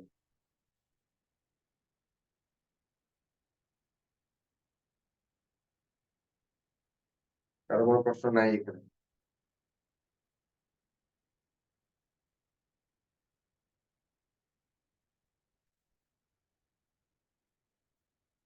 আচ্ছা, তোমরা যারা নোট নিতে পারছো না, পরবর্তীতে ভিডিও দেখে আমরা দিয়ে দিবো, ভিডিও দেখে নোট নিয়ে নিবা। এখন আমরা যে টপিকটা নিয়ে আলোচনা করব সেটা হচ্ছে ভাইবা স্ট্রেস কেন হয়, স্ট্রেস কেন হয় বা নার্ভাসনেস কেন হয়, ভাইভাতে কেন প্রচুর পরিমাণে স্ট্রেস ক্রিয়েট হয়, ভাইভাতে কেন আমাদের নার্ভাস লাগে, ভাইভাতে কেন আমরা প্যানিক হয়ে যায়। আসলে আমরা হচ্ছে গিয়ে আমাদের মনে হয় যে আমাদের আসলে আহ, আমাদের যে কাউকে যে কোনো প্রশ্ন যখন করবো সে তার মতো করে একটা আনসার দিয়ে দেবে। অ্যাকচুয়াল এটা নিয়ে একটু পড়াশোনা করে একটু ডিপে আনসার দেওয়ার লোকজন খুব কম থাকে, যার কারণে আমাদের স্টুডেন্টরা আরো পথভ্রম হয়। তো প্রথমে তোমাকে বুঝতে হবে যে স্ট্রেস আসলে কিভাবে ক্রিয়েট, কিভাবে আসলে প্যানিকটা সৃষ্টি হয়, বা তোমার মধ্যে প্যানিকটা সৃষ্টি হবে না, কি কি করলে প্যানিকটা সৃষ্টি হবে। তো আমি খুব সোজা ভাষায় বলতে চাই যে ভাইরাতে কেন স্টুডেন্টরা প্যানিক হয়ে যায়। এবং আমি আমার নিজের লাইফ এক্সপিরিয়েন্সে দেখেছি যে আমিও প্রথমে যে ভাইবা দিয়েছিলাম আমারও প্যানিক হয়েছে, আমারও স্ট্রেস হয়েছে, কিন্তু মোটামুটি আমি এটা অ্যাবজর্ব করতে পারতাম, আমি এটা ম্যানেজ করতে পারতাম। তো তোমাদেরকে পড়ানোর জন্যই আসলে আমি স্টাডি করতে হয়েছে যে আসলে কেন স্ট্রেসটা হয়, কেন আসলে ভাইবা করে গিয়ে প্যানিক হয়, স্টুডেন্টরা কোনো কেন প্যানিক হয়ে যায়। তো এটার যে আনসার আমার কাছে আসছে বা পড়াশোনা করে আমি যতটুকু জানতে পেরেছি যে ভাইবা বলে যখন কোনো স্টুডেন্ট যায়, সে হচ্ছে গিয়ে একটা নিউ সিচুয়েশন এক্সপেরিয়েন্স করে, একটা নতুন একটা সিচুয়েশন। তুমি কিন্তু কল্পনা করতেছো যে ভাইবা বোর্ড কেমন হবে, এবং সবার কল্পনায় আমি এটা শিওর যে সবার কল্পনায় ভাইবা বোর্ড একটা ভয়ঙ্কর বিষয়। ঠিক আছে, তোমরা কিন্তু অনেক ভয় পাও যে ভাইবা বোর্ড কি না কি হয়, কি না কি বলে। এমনও দেখেছি যে অনেক স্টুডেন্ট ভাইবা বোর্ডে গিয়ে কান্নাকাটি শুরু করে দিচ্ছে, মানে রীতিমতো সে তার নার্ভাস সিস্টেম ব্রেকডাউন হয়ে গেছে, সে কান্নাকাটি করে ফেলছে। তো তখন কিন্তু ভাইবা বোর্ডই বিপদে পড়ে যায় যে আমি এখন স্টুডেন্ট নিয়ে করবোটা কি, তো কান্নাকাটি শুরু করতেছে, অনেকের অস্থিরতা শুরু হয়ে যায়, প্রচুর ঘামায়। ঠিক আছে, তারপরে ভাইবা বোর্ড আবার পানি টানি খাওয়ায় ঠিক করে। তো এই যে স্ট্রেস হয়ে গেল, এই যে সে প্যানিক হয়ে গেল, এটা কিন্তু তার জন্য মোটেও ভালো কোনো সাইন না। ভাইবা বোর্ডের সামনে এরকম প্যানিক হয়ে গেল, সে হচ্ছে ফিল্ডে গিয়ে যখন সিচুয়েশন এরকম ফেস করবে, তখন সে কি করবে? ভাইবা বোর্ড কিন্তু এটা পজিটিভলি নিচ্ছে না। তো এই বিষয়টার জন্য আমাদেরকে আসলে জানতে হবে যে কেন স্ট্রেস হয়, কেন প্যানিক হয়, এর কারণটা কি। তো এটার একটাই কারণ, এত কঠিন কারণ না, একটাই কারণ, সেটা হচ্ছে নিউ এক্সপিরিয়েন্স। ভাইবা বোর্ড যাদের জন্য নতুন এক্সপিরিয়েন্স, যাদের জন্য ভাইবা বোর্ডটা একটা নতুন বিষয়, যারা ভাইবা বোর্ড সম্পর্কে জানেই না, তাদের জন্য ভাইবা বোর্ডটাও হচ্ছে গিয়ে প্যানিক হওয়ার জায়গা। কারণ হচ্ছে গিয়ে আমাদের ব্রেন এভাবেই তৈরি যে আমরা যখন কোনো নতুন সিচুয়েশন ফেস করি, যেটা সম্পর্কে আমাদের ব্রেনের কাছে কোনো তথ্য থাকে না, তখন ব্রেন আসলে স্ট্রেস হয়ে যায়, প্যানিক হয়ে যায়, সে আসলে ওটা সামাল দিতে পারে না। তুমি যদি একটু চিন্তা করে দেখো, তোমাদের সবার লাইফে কোনো না কোনো অ্যাক্সিডেন্ট হয়েছে, কোনো না কোনো বড় ঘটনা হয়েছে, একই ঘটনা বেশ কয়েকবার হয়েছে। ঠিক আছে, তো প্রথমবার যখন ঘটনাটা ঘটেছে তোমরা কিন্তু পুরাই প্যানিক হয়ে গেছে, কিন্তু পরবর্তী যখন সেম ঘটনা আবার ঘটার উপক্রম হয়েছে বা ঘটেছে, তোমরা কিন্তু আগের মতো প্যানিক হও নাই, ঠান্ডা মাথায় বিষয়টা ডিল করতে পারছো। এর কারণ কি? কারণ তোমার ব্রেন এখন সেই বিষয়টা সম্পর্কে তথ্য জানে, সে বিষয় সম্পর্কে ধারণা রাখে। সো ব্রেন হচ্ছে গিয়ে এই জন্য প্যানিকড হয়। তো প্যানিকড হওয়াটা একটা মাত্র রিজন দিয়ে, একটা মাত্র উপায়ে কমানো যায়, সেটা হচ্ছে ভাইবা বোর্ডের সম্পর্কে যদি তোমার কোনো এক্সপিরিয়েন্স তোমার ব্রেনে থাকে। তাহলে এক্সপিরিয়েন্স কিভাবে হবে? তুমি যেখানেই এক্সপিরিয়েন্স হওয়ার সবচেয়ে ভালো উপায় হচ্ছে মক ভাইবা দেওয়া। 4 নাম্বারই পারো, মক ভাইবা দাও, তাহলে হচ্ছে গিয়ে তোমার কিছুটা তোমার স্ট্রেস কমে যাবে। আরেকটা ভালো বুদ্ধি হচ্ছে, আমি যেটা সবসময় বলি, যে বিসিএস এর ভাইবা দেওয়ার আগে লিস্ট একটা দুইটা চাকরির ভাইবা দেওয়ার অভ্যাস করা। হ্যাঁ, তো যাদের এখন কোনো চাকরির ভাইবা নাই, তারা কি করবে? দেখবা যে হচ্ছে পত্রিকায় বিভিন্ন চাকরির বিজ্ঞাপন থাকে, ওয়াকিং ইন্টারভিউ, মানে তুমি যাবা, তোমার ইন্টারভিউ হয়ে যাবে। তো আমি সাজেস্ট করি সবসময় যে ওয়াকিং ইন্টারভিউতে অ্যাটেন্ড করার জন্য। তাহলে অ্যাটলিস্ট একটা ভাইবা বোর্ড, একটা ইন্টারভিউ বোর্ড সম্পর্কে তোমার ধারণা হলো। তো ব্রেনকে অ্যাটলিস্ট বুঝাইতে পারবা যে আসলে এই ঘটনা ঘটে। যেমন ধরো খুব সহজ করে যদি বলি, যে আমি যখন ভাইবা বোর্ডে ঢুকতে যাচ্ছি, আমি যখন বিশেষ ভাইবার কথা বলি, বাকিগুলো বাদ দিলাম, আমি কিন্তু জানি যে আমার প্রথম প্রশ্নটা কি হবে। ঠিক আছে, এবং তোমরাও জানো যে তোমাদের প্রথম প্রশ্নটা কি হবে, হয় ইন্ট্রোডিউস ইউরসেলফ হবে, নয় হচ্ছে গিয়ে তুমি কেন এটা ফার্স্ট চয়েসে দিয়েছো, এটা হবে। হম, নাহলে হঠাৎ করে জিজ্ঞেস করতে পারে তোমার বাড়ি কই, ওখানে কি হয়েছে। ঠিক আছে, এই ধরনের তুমি কিন্তু একটা মানসিক প্রস্তুতি নিয়ে তুমি ঢুকতে পারছো যে আমাকে প্রথম আসলে এই প্রশ্নটা করবে। যেমন আমি জানি আমাকে প্রথম আমার নাম নিয়ে প্রশ্ন করবে, যে এই নাম কোথা থেকে আসলো, কে রাখলো। ঠিক আছে, তো এই বিশেষ ভাইবার আগে আমি অনেকগুলো ভেবে দিয়েছি এবং সেগুলো সেম সিচুয়েশন ছিল। এই জন্য কিন্তু আমার মোটো প্যানিক লাগেনি। হ্যাঁ, একটু স্ট্রেস লাগছে যে কি হয় না কি হয়, যে সার্ভার কি না কি বলে। তো এটা তো থাকবে, কিন্তু তুমি যদি একটু হলেও ব্রেনকে অভ্যস্ত করাইতে পারবে ধরনের সিচুয়েশনের সাথে, তাহলে কিন্তু তোমার স্ট্রেস অলমোস্ট 90% কমে যাবে। একটু এক্সপিরিয়েন্স, একটা দুইটা ভাইবাতে, সেটা মক হোক, মক ইন্টারভিউ হোক, যে কোনো প্রতিষ্ঠানে হোক। বাট আমি বলবো যে একদম প্রস্তুতি ছাড়া, মানে একদম নিউলি প্রথমবারের মতো ভাইবা ফেস করতে যাচ্ছ, সেটাই বিশেষ ভাবে, এটা যেন না। হ্যাঁ, কিছু যাতে এক্সপিরিয়েন্স থাকে। তো আমি তোমাদেরকে আসলে এটা বোঝানোর চেষ্টা করতেছিলাম যে কেন আমরা প্যানিক হই, সেটার আসলে সাইন্টিফিক ব্যাখ্যাটা কি। সাইন্টিফিক ব্যাখ্যাটা এটা, সেটার পিছনে সাইন্টিফিক ব্যাখ্যা আমি নাই বা দিলাম যে ফিয়ার এবং প্লেজার আমাদের যে কোটি কোটি বছরের লিম্বিক ব্রেন, সেগুলো আমি কঠিন আলোচনায় না গেলাম। তো এই পর্যায়ে এটা হচ্ছে তোমাদের ব্যাখ্যা যে আমরা যখনই কোনো নতুন সিচুয়েশন ফেস করি, তখনই আমরা আসলে প্যানিক হই, আমাদের স্ট্রেস হয়, আমাদের ব্রেন হচ্ছে গিয়ে এটা সম্পর্কে তথ্য না থাকার কারণে এরকম রেসপন্স করে। সুতরাং ব্রেনকে এই সম্পর্কে তথ্য দাও, এবং সেই তথ্যগুলো ব্রেনে সুন্দর করে প্রিজার্ভ করা উচিত। এই হইতে পারে, এই হইলে এই করবো, এই হইলে ওই করবো, একটা মানসিক প্রস্তুতি থাকুক, তাহলে তোমার আর প্যানিক হবে না। তো এই পর্যায়ে আমরা একটা পজ দিব, পজ দিয়ে তোমাদের যে প্রশ্নগুলা আছে সেই প্রশ্নগুলো দাও। নতুবা লেকচারের যে বাকি পার্ট আমরা একটু আগাইতে চাইবো বা আগাইতে চাও কিনা, কোন প্রশ্ন আছে কিনা, এই বিষয়ে তোমরা একটু কমেন্ট করো, আমরা একটু পজ দিই। ভিডিওটা অফ করো, ভিডিও অডিও ঠিক আছে?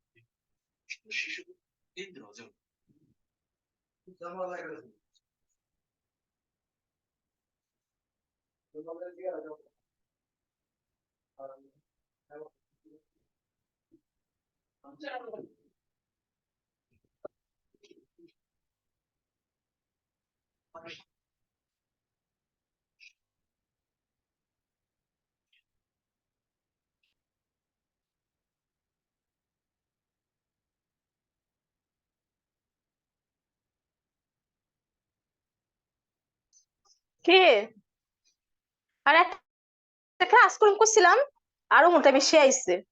শেষও ক্লাস 1 ঘন্টার, 1 ঘন্টা ক্লাস করছিলাম, বুঝলাম করবো 10টা বাজে শুরু হয়েছে। ভাই আপনি মাইক অফ করে কথা বলেন।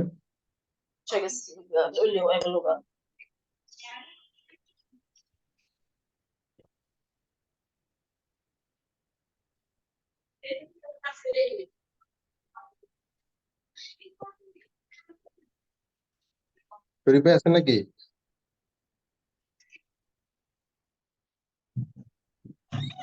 ক্লাসে আপনাকে পোস্ট বানিয়ে দিচ্ছি। হ্যাঁ, আপনি কি শেষ ইয়ে কি শেষ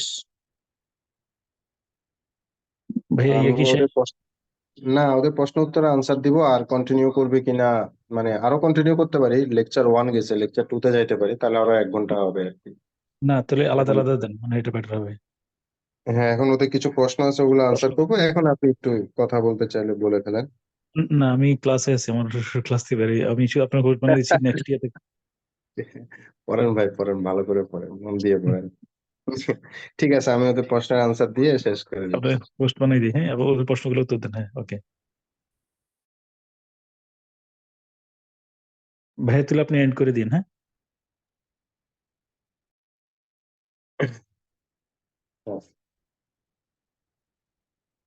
ঠিক আছে, আসলে 11টা বেজে গেছে, আমরা কন্টিনিউ না করি। কিছু প্রশ্ন আসছে, এগুলো আমরা ডিটেলে আনসার দিব। যেমন একটা প্রশ্ন আমি সেটা থেকে শুরু করি, যে হ্যালো, নেতিবাচক আসসালামু প্রশ্ন। আলাইকুম। হ্যালো, কেউ কিছু বলছো? হ্যাঁ ভাইয়া, সরাসরি কি কোনো কোশ্চেন করা যাবে? সরাসরি একটা কোশ্চেন। সরাসরি প্রশ্ন করা যাবে? সরাসরি প্রশ্ন করিও না ভাইয়া, লিখে দেওয়া আছে, যখন মাইক খুলেই ফেলছো বলে ফেলো। হ্যাঁ, আমি আসলে 3টা ভাইবা দিচ্ছি, আমার রেয়াল ক্যাডার প্রার্থী। আমি 3টাতে শুধু 41-এ আমার অ্যাডমিন ছিল পাস হয়েছে, আর সব। কিন্তু আমি ভাইবা বোর্ডের আসলে কিছুই বুঝতেছি না, তারা আমাকে কোনো ডিপ কোশ্চেন করতেছে না, নর্মাল কোশ্চেন করতেছে সবসময়। 10 থেকে 15 মিনিট কোশ্চেন করে তারা আমাকে ছেড়ে ছেড়ে দিচ্ছে। আমি একজন ইঞ্জিনিয়ারিং ব্যাকগ্রাউন্ড স্টুডেন্ট, এই নর্মাল কোশ্চেন করে তো আমাকে মানে 3বারে ছেড়ে দিচ্ছে একই। ভাইয়া আমি আমি আপনাকে একটু বলতে চাচ্ছি, আপনার সমস্যাটা আসলে ব্যক্তিগত, হ্যাঁ। তো আমি এখানে আলোচনা না করে আপনি আমাকে একটু ফেসবুকে বা মেসেঞ্জারে, হোয়াটসঅ্যাপে একটু নক দেন। আমি আপনার সাথে একটা সেশন নিয়ে 10-15 মিনিট কিছু প্রশ্ন করতে হবে আপনার প্রবলেমটা বোঝার জন্য। আমি চাচ্ছি না যে সবার সামনে এই বিষয়গুলো নিয়ে আমরা কথা বলি আর কি। ঠিক আছে, এখানে কিছু বিষয় আমাকে জানতে হবে, যে আপনার ব্যক্তিগত কিছু বিষয় জানতে হবে, তাহলে আমি আসলে আপনার প্রশ্নের আনসারটা ভালোভাবে দিতে পারবো। ঠিক আছে? আচ্ছা ভাই, থ্যাংক ইউ। আচ্ছা ভাই, একটা কথা ছিল ভাই, আপনি অবশ্যই আমাকে নোট দিন, আমি এটা নিয়ে অ্যানালাইসিস করবো। আচ্ছা, সবার শেষের প্রশ্ন যেটা, ভাইভাতে এভারেজ মার্ক কেমন হয়? আমি প্রথমেই বলেছি যে ভাইভাতে এভারেজ মার্কিং খারাপ হয় না, তবে যারা ফেল করে তাদের সুনির্দিষ্ট কারণ থাকে ফেল করার। হ্যাঁ, আপনি যারা ফেল করেছেন তারা যদি আমার সাথে কথা বলেন তাহলে আমি বলে দিতে পারবো যে ভাই আপনি কেন ফেল করেছেন। তো ভাইভাতে এভারেজ মার্কিং আমি যতদূর দেখেছি, কারণ ভাইবার মার্ক কিন্তু কেউ জানতে পারে না, রিটেনের মার্ক দিয়ে আমরা ভাইবার মার্কটা আইডিয়া করতে পারি যে কত হয়েছে, তবে এভারেজ মার্কিং আমার যদি মনে হয়েছে সেটা হচ্ছে গিয়ে 100-র আশেপাশেই হয়, 80, 90, 100 এই ধরনের এভারেজ মার্কিং। এবং আমাদের একজন সম্মানিত মেম্বার এটা নিয়ে একবার কথা বলেছিলেন, উম, বা আমাদের সৌভাগ্য হয়েছে কয়েকজন মেম্বারের সাথে কথা বলার। আমি অবশ্যই সৌভাগ্য বলবো, কারণ ওনাদের মতো মানুষের সাথে কথা বলা একটা বিশাল বিষয়। তো আমরা যেটা জানতে পেরেছি আসলে ভালো ভাইবা হইলে 100-র উপরের দিকে উঠতে থাকে, আর খারাপ ভাইবা হলে 100-র নিচের দিকে নামতে থাকে, তবে রেঞ্জটা খুব বেশি উঠানামা করে না। এই ধরেন 70, 75, 80, 90 এই ধরনের হচ্ছে গিয়ে বিলো অ্যাভারেজ, আর অ্যাভারেজ হচ্ছে 100, 95, 105, আর বেটার হচ্ছে 110, 120, 130 উঠতেই পারবে। ঠিক আছে, উঠতেই থাকে। এগুলো রেয়ার কেস, একদম 120, 130-এর উপরে উঠছে, এগুলো আসলে রেয়ার কেস। তো এভারেজ মার্কিং আমরা ধরে নিতে পারি যে মোটামুটি ভালো ভাইবা দিয়ে আসছে 95 থেকে 105, এটা হচ্ছে এভারেজ মার্কিং। ঠিক আছে, আর হচ্ছে এবার হচ্ছে নেতিবাচক প্রশ্নের আনসার কিভাবে দিতে হয় এটা নিয়ে আলাদা একটা ক্লাস নিতে হবে, যে how to face this kind of questions, যেটা নেগেটিভ ইম্প্যাক্ট ক্রিয়েট করে। তারপরে এখানে যেহেতু প্রশ্ন করেছেন আনসার দিতে হবে, নেতিবাচক প্রশ্নের আনসারে কোনো নেতিবাচক শব্দ ব্যবহার করবেন না। আমার কথা বুঝতে পারছেন? এটা মনে রাখবেন যে নেতিবাচক প্রশ্নের আনসারে কোনো নেতিবাচক শব্দ ব্যবহার করবেন না। যেমন আপনাকে প্রশ্ন করলো যে বাংলাদেশে তো প্রচুর দুর্নীতি হয়, হুম, আপনিও দুর্নীতিবাজী হবেন, বাংলাদেশের সরকারি অফিসাররা বেশ দুর্নীতিগ্রস্ত, টিআইবি রিপোর্টে আমরা দেখতে পাচ্ছি, বিষয়টা আপনি কিভাবে দেখেন? এটা কিন্তু একটা নেতিবাচক প্রশ্ন। এটা গেল একটা। নাম্বার 2 নাম্বার হচ্ছে আমাকে যেটা প্রশ্ন করছিল যে আপনি তো ঘুষ খাবেন, ঘুষ খাওয়ার জন্য পুলিশ আসছে। তো এটা নেতিবাচক প্রশ্ন। হ্যাঁ, প্রশ্ন হতে পারে আপনাকে দিয়ে তো সিচুয়েশন কন্ট্রোল করা সম্ভব হবে না, খুব কঠিন হয়ে যাবে, আপনার তো ওই মেন্টাল স্ট্রেংথই নেই। এগুলো নেতিবাচক প্রশ্ন। হুম, মাঝে মাঝে প্রশ্ন করে অর্থনীতি খারাপ 5টা দিক বলেন, নেতিবাচক প্রশ্ন। খুব টাফ। নেতিবাচক প্রশ্ন আসা মানেই আপনি বুঝে নেবেন এটা আপনার সামনে একটা অপরচুনিটি। কারণ সরকারি চাকরি করতে যাবেন, কাজ করবেন, ভুল হবে বা কাজে সমস্যা হবে, সারা জীবন নেতিবাচক প্রশ্নের সম্মুখীন হবেন। মিডিয়া করবে, মানুষ এসে করবে, আমি স্যার এটা এতদিনে আমি দিছি, ভাই এটা আমি এতদিনে দিছি, এটা হয় নাই কেন, কি সমস্যা, আসামি ধরেন ধরেন নাই কেন। সুতরাং ওগুলো তো আপনাকে ফেস করতেই হবে চাকরি জীবনের লাইফে। সুতরাং ভাইবা তো নেতিবাচক প্রশ্নের আন্ডারে কোনো নেতিবাচক প্রশ্নের নেতিবাচক শব্দ ব্যবহার করা যাবে না, ভালো শব্দ ব্যবহার করতে হবে। যেমন আমি যদি ঘুষের কথাই বলি যে না স্যার আমার পক্ষে ঘুষ খাওয়াটা মনে হয় পসিবল না, এখন আপনি বললেন না আমি ঘুষ খাবো না, এভাবে বলা যাবে না। বলতে হবে যে আমার পক্ষে মনে হয় পসিবল না, মনে হয় আমার দ্বারা ঘুষ খাওয়া সম্ভব না, বা মনে হয় আমার পক্ষে সব থাকা সম্ভব। সব প্রশ্নের আনসারে মনে হয়, আমার বিশ্বাস, আমি পারবো, হম, আমি পারতে পারি, এই ধরনের শব্দ ব্যবহার করবেন, যাতে ওনারা বুঝে যে হ্যাঁ ছেলেটা মানে এটা ইন্টেনশন ভালো আছে। তা আপনি বলেন না স্যার আমি জীবনেও ঘুষ খাবো না, এটা কিন্তু বিশ্বাসযোগ্য মনে হইলো না। আপনি যদি বলেন যে না স্যার আমার মনে হয় না যে আমি ঘুষ খাবো, বা আমার এতটুকু বিশ্বাস আছে যে আমি আসলে নিজেকে ইথিক্যাল রাখতে পারবো, কিংবা বললো যে অর্থনীতি 5টা খারাপ দিক বলেন তো, সরকারের 5টা খারাপ দিক বলেন, তখন আপনি একদম শুরু করে দিলেন, তাহলে কিন্তু ঝামেলায় পড়ে যাবেন। খারাপ দিক তো অবশ্যই আছে, নেগেটিভ দিক তো আছে, কিন্তু সেগুলোকে আপনি পজিটিভলি নেগেটিভ বলতে হবে।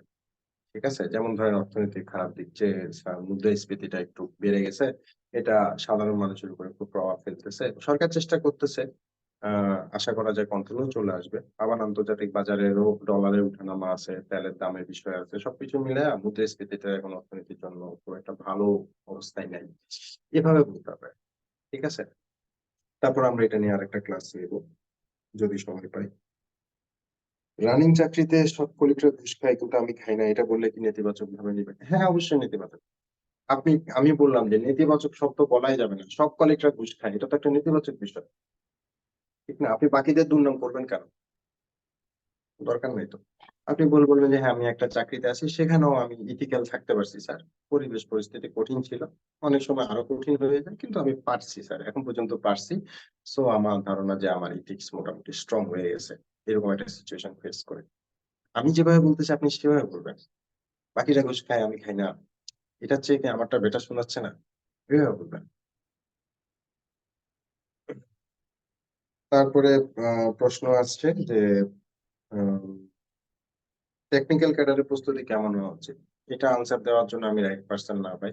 ভেটেরিনারি বলেন, ইঞ্জিনিয়ারিং বলেন, মেডিকেল বলেন, কোনোটাই আমি জানি না। দয়া করে যারা টেকনিক্যাল ক্যাডারে চান্স পেয়েছেন, যারা টেকনিক্যাল ক্যাডার ভাইবা দিয়েছেন, তাদের সাথে একটু পরামর্শ করেন। আমার বলাটা মনে হয় সমীচীন হবে না।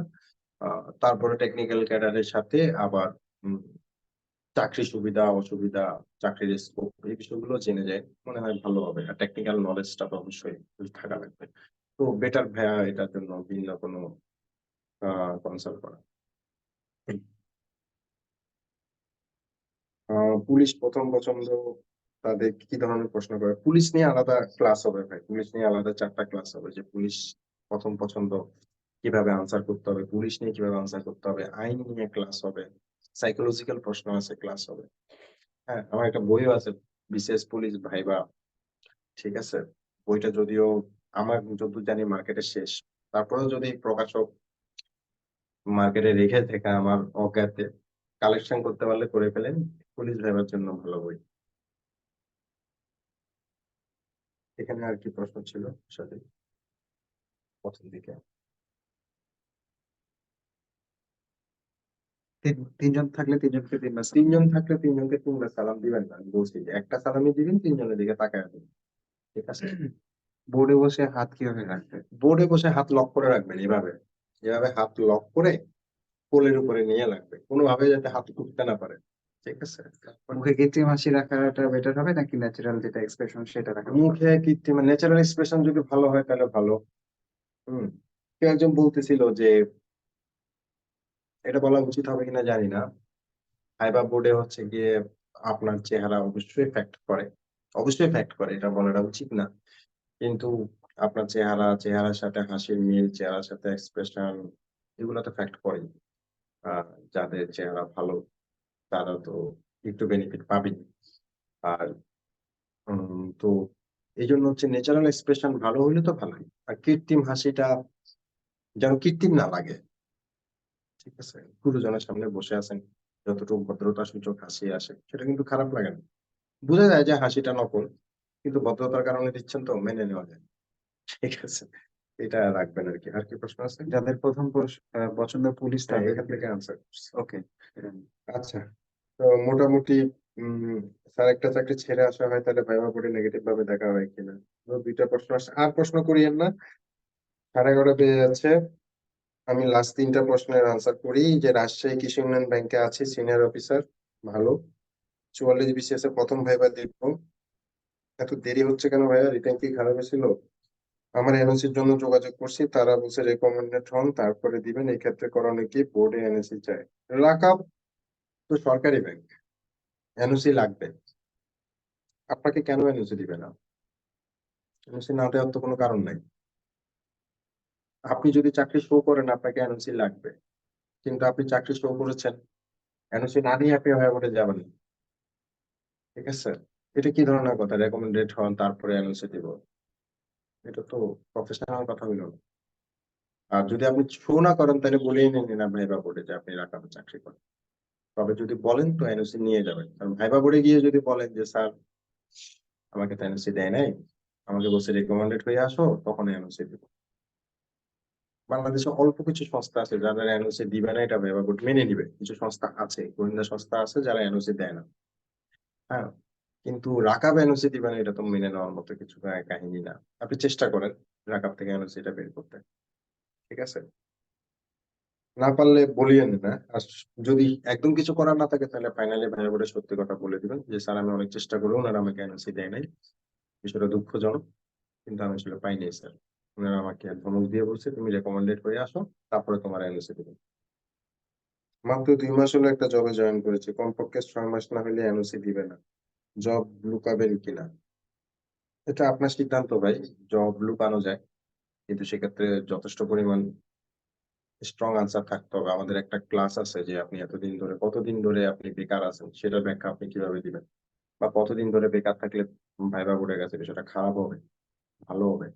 সুতরাং যদি এনওসি না দেয় তাহলে আগের উত্তরটাই, একদম না দিলে ভাইবা বোর্ডে সত্যি কথা বলে দিবেন যে এনওসি দেয় নাই স্যার, দুঃখিত স্যার, আনতে পারিনি, অনেক চেষ্টা করছি কিন্তু চাকরি থেকে দিচ্ছে না। আর যদি অ্যাভয়েড করা সম্ভব হয়, চাকরি না বলা সম্ভব হয়, তাহলে ভালো, ওইভাবেই করবেন, যেটা আপনার কাছে বেটার মনে হয় আর কি।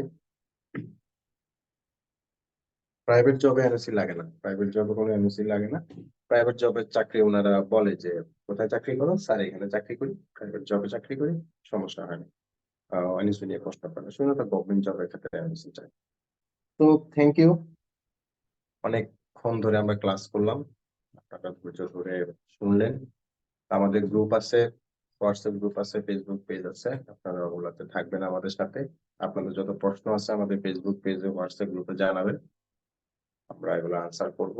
আমরা চেষ্টা করবো সপ্তাহে 2টা ক্লাস নিতে, কারণ আমার হিসাবে আমার ভাইবার মিনিমাম 10টা লেকচার আছে, আজকে মাত্র একটা লেকচার গেল, আরো 9টা লেকচার হলে পরে ভাইবা সম্পর্কে মোটামুটি একটা ধারণা। তার মধ্যে 4টা পুলিশের লেকচার স্পেশালি, একটা অ্যাডমিনের লেকচার, আর বাকি আরো 4টা হচ্ছে সাময়িক ভাইবা নিয়ে লেকচার। তারপরে হচ্ছে মক ভাইবা, আমরা শরীফ ভাইয়ের সাথে কথা বলবো যে কয়টা মক ভাইবা নেওয়া যায়। টাইম ইজ এ ফ্যাক্ট, ঠিক আছে। তারপরে চেষ্টা করবো যে কয়েকটা মক ভাইবা নেওয়ার আপনাদের, অবশ্যই মক ভাইবা নিব।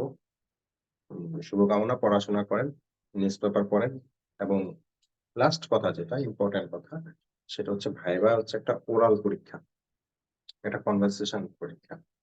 সুতরাং আপনি পড়লেন, পড়ে নোট করলেন, মুখস্থ করলেন, এটা কিন্তু ভাইবার প্রস্তুতি না।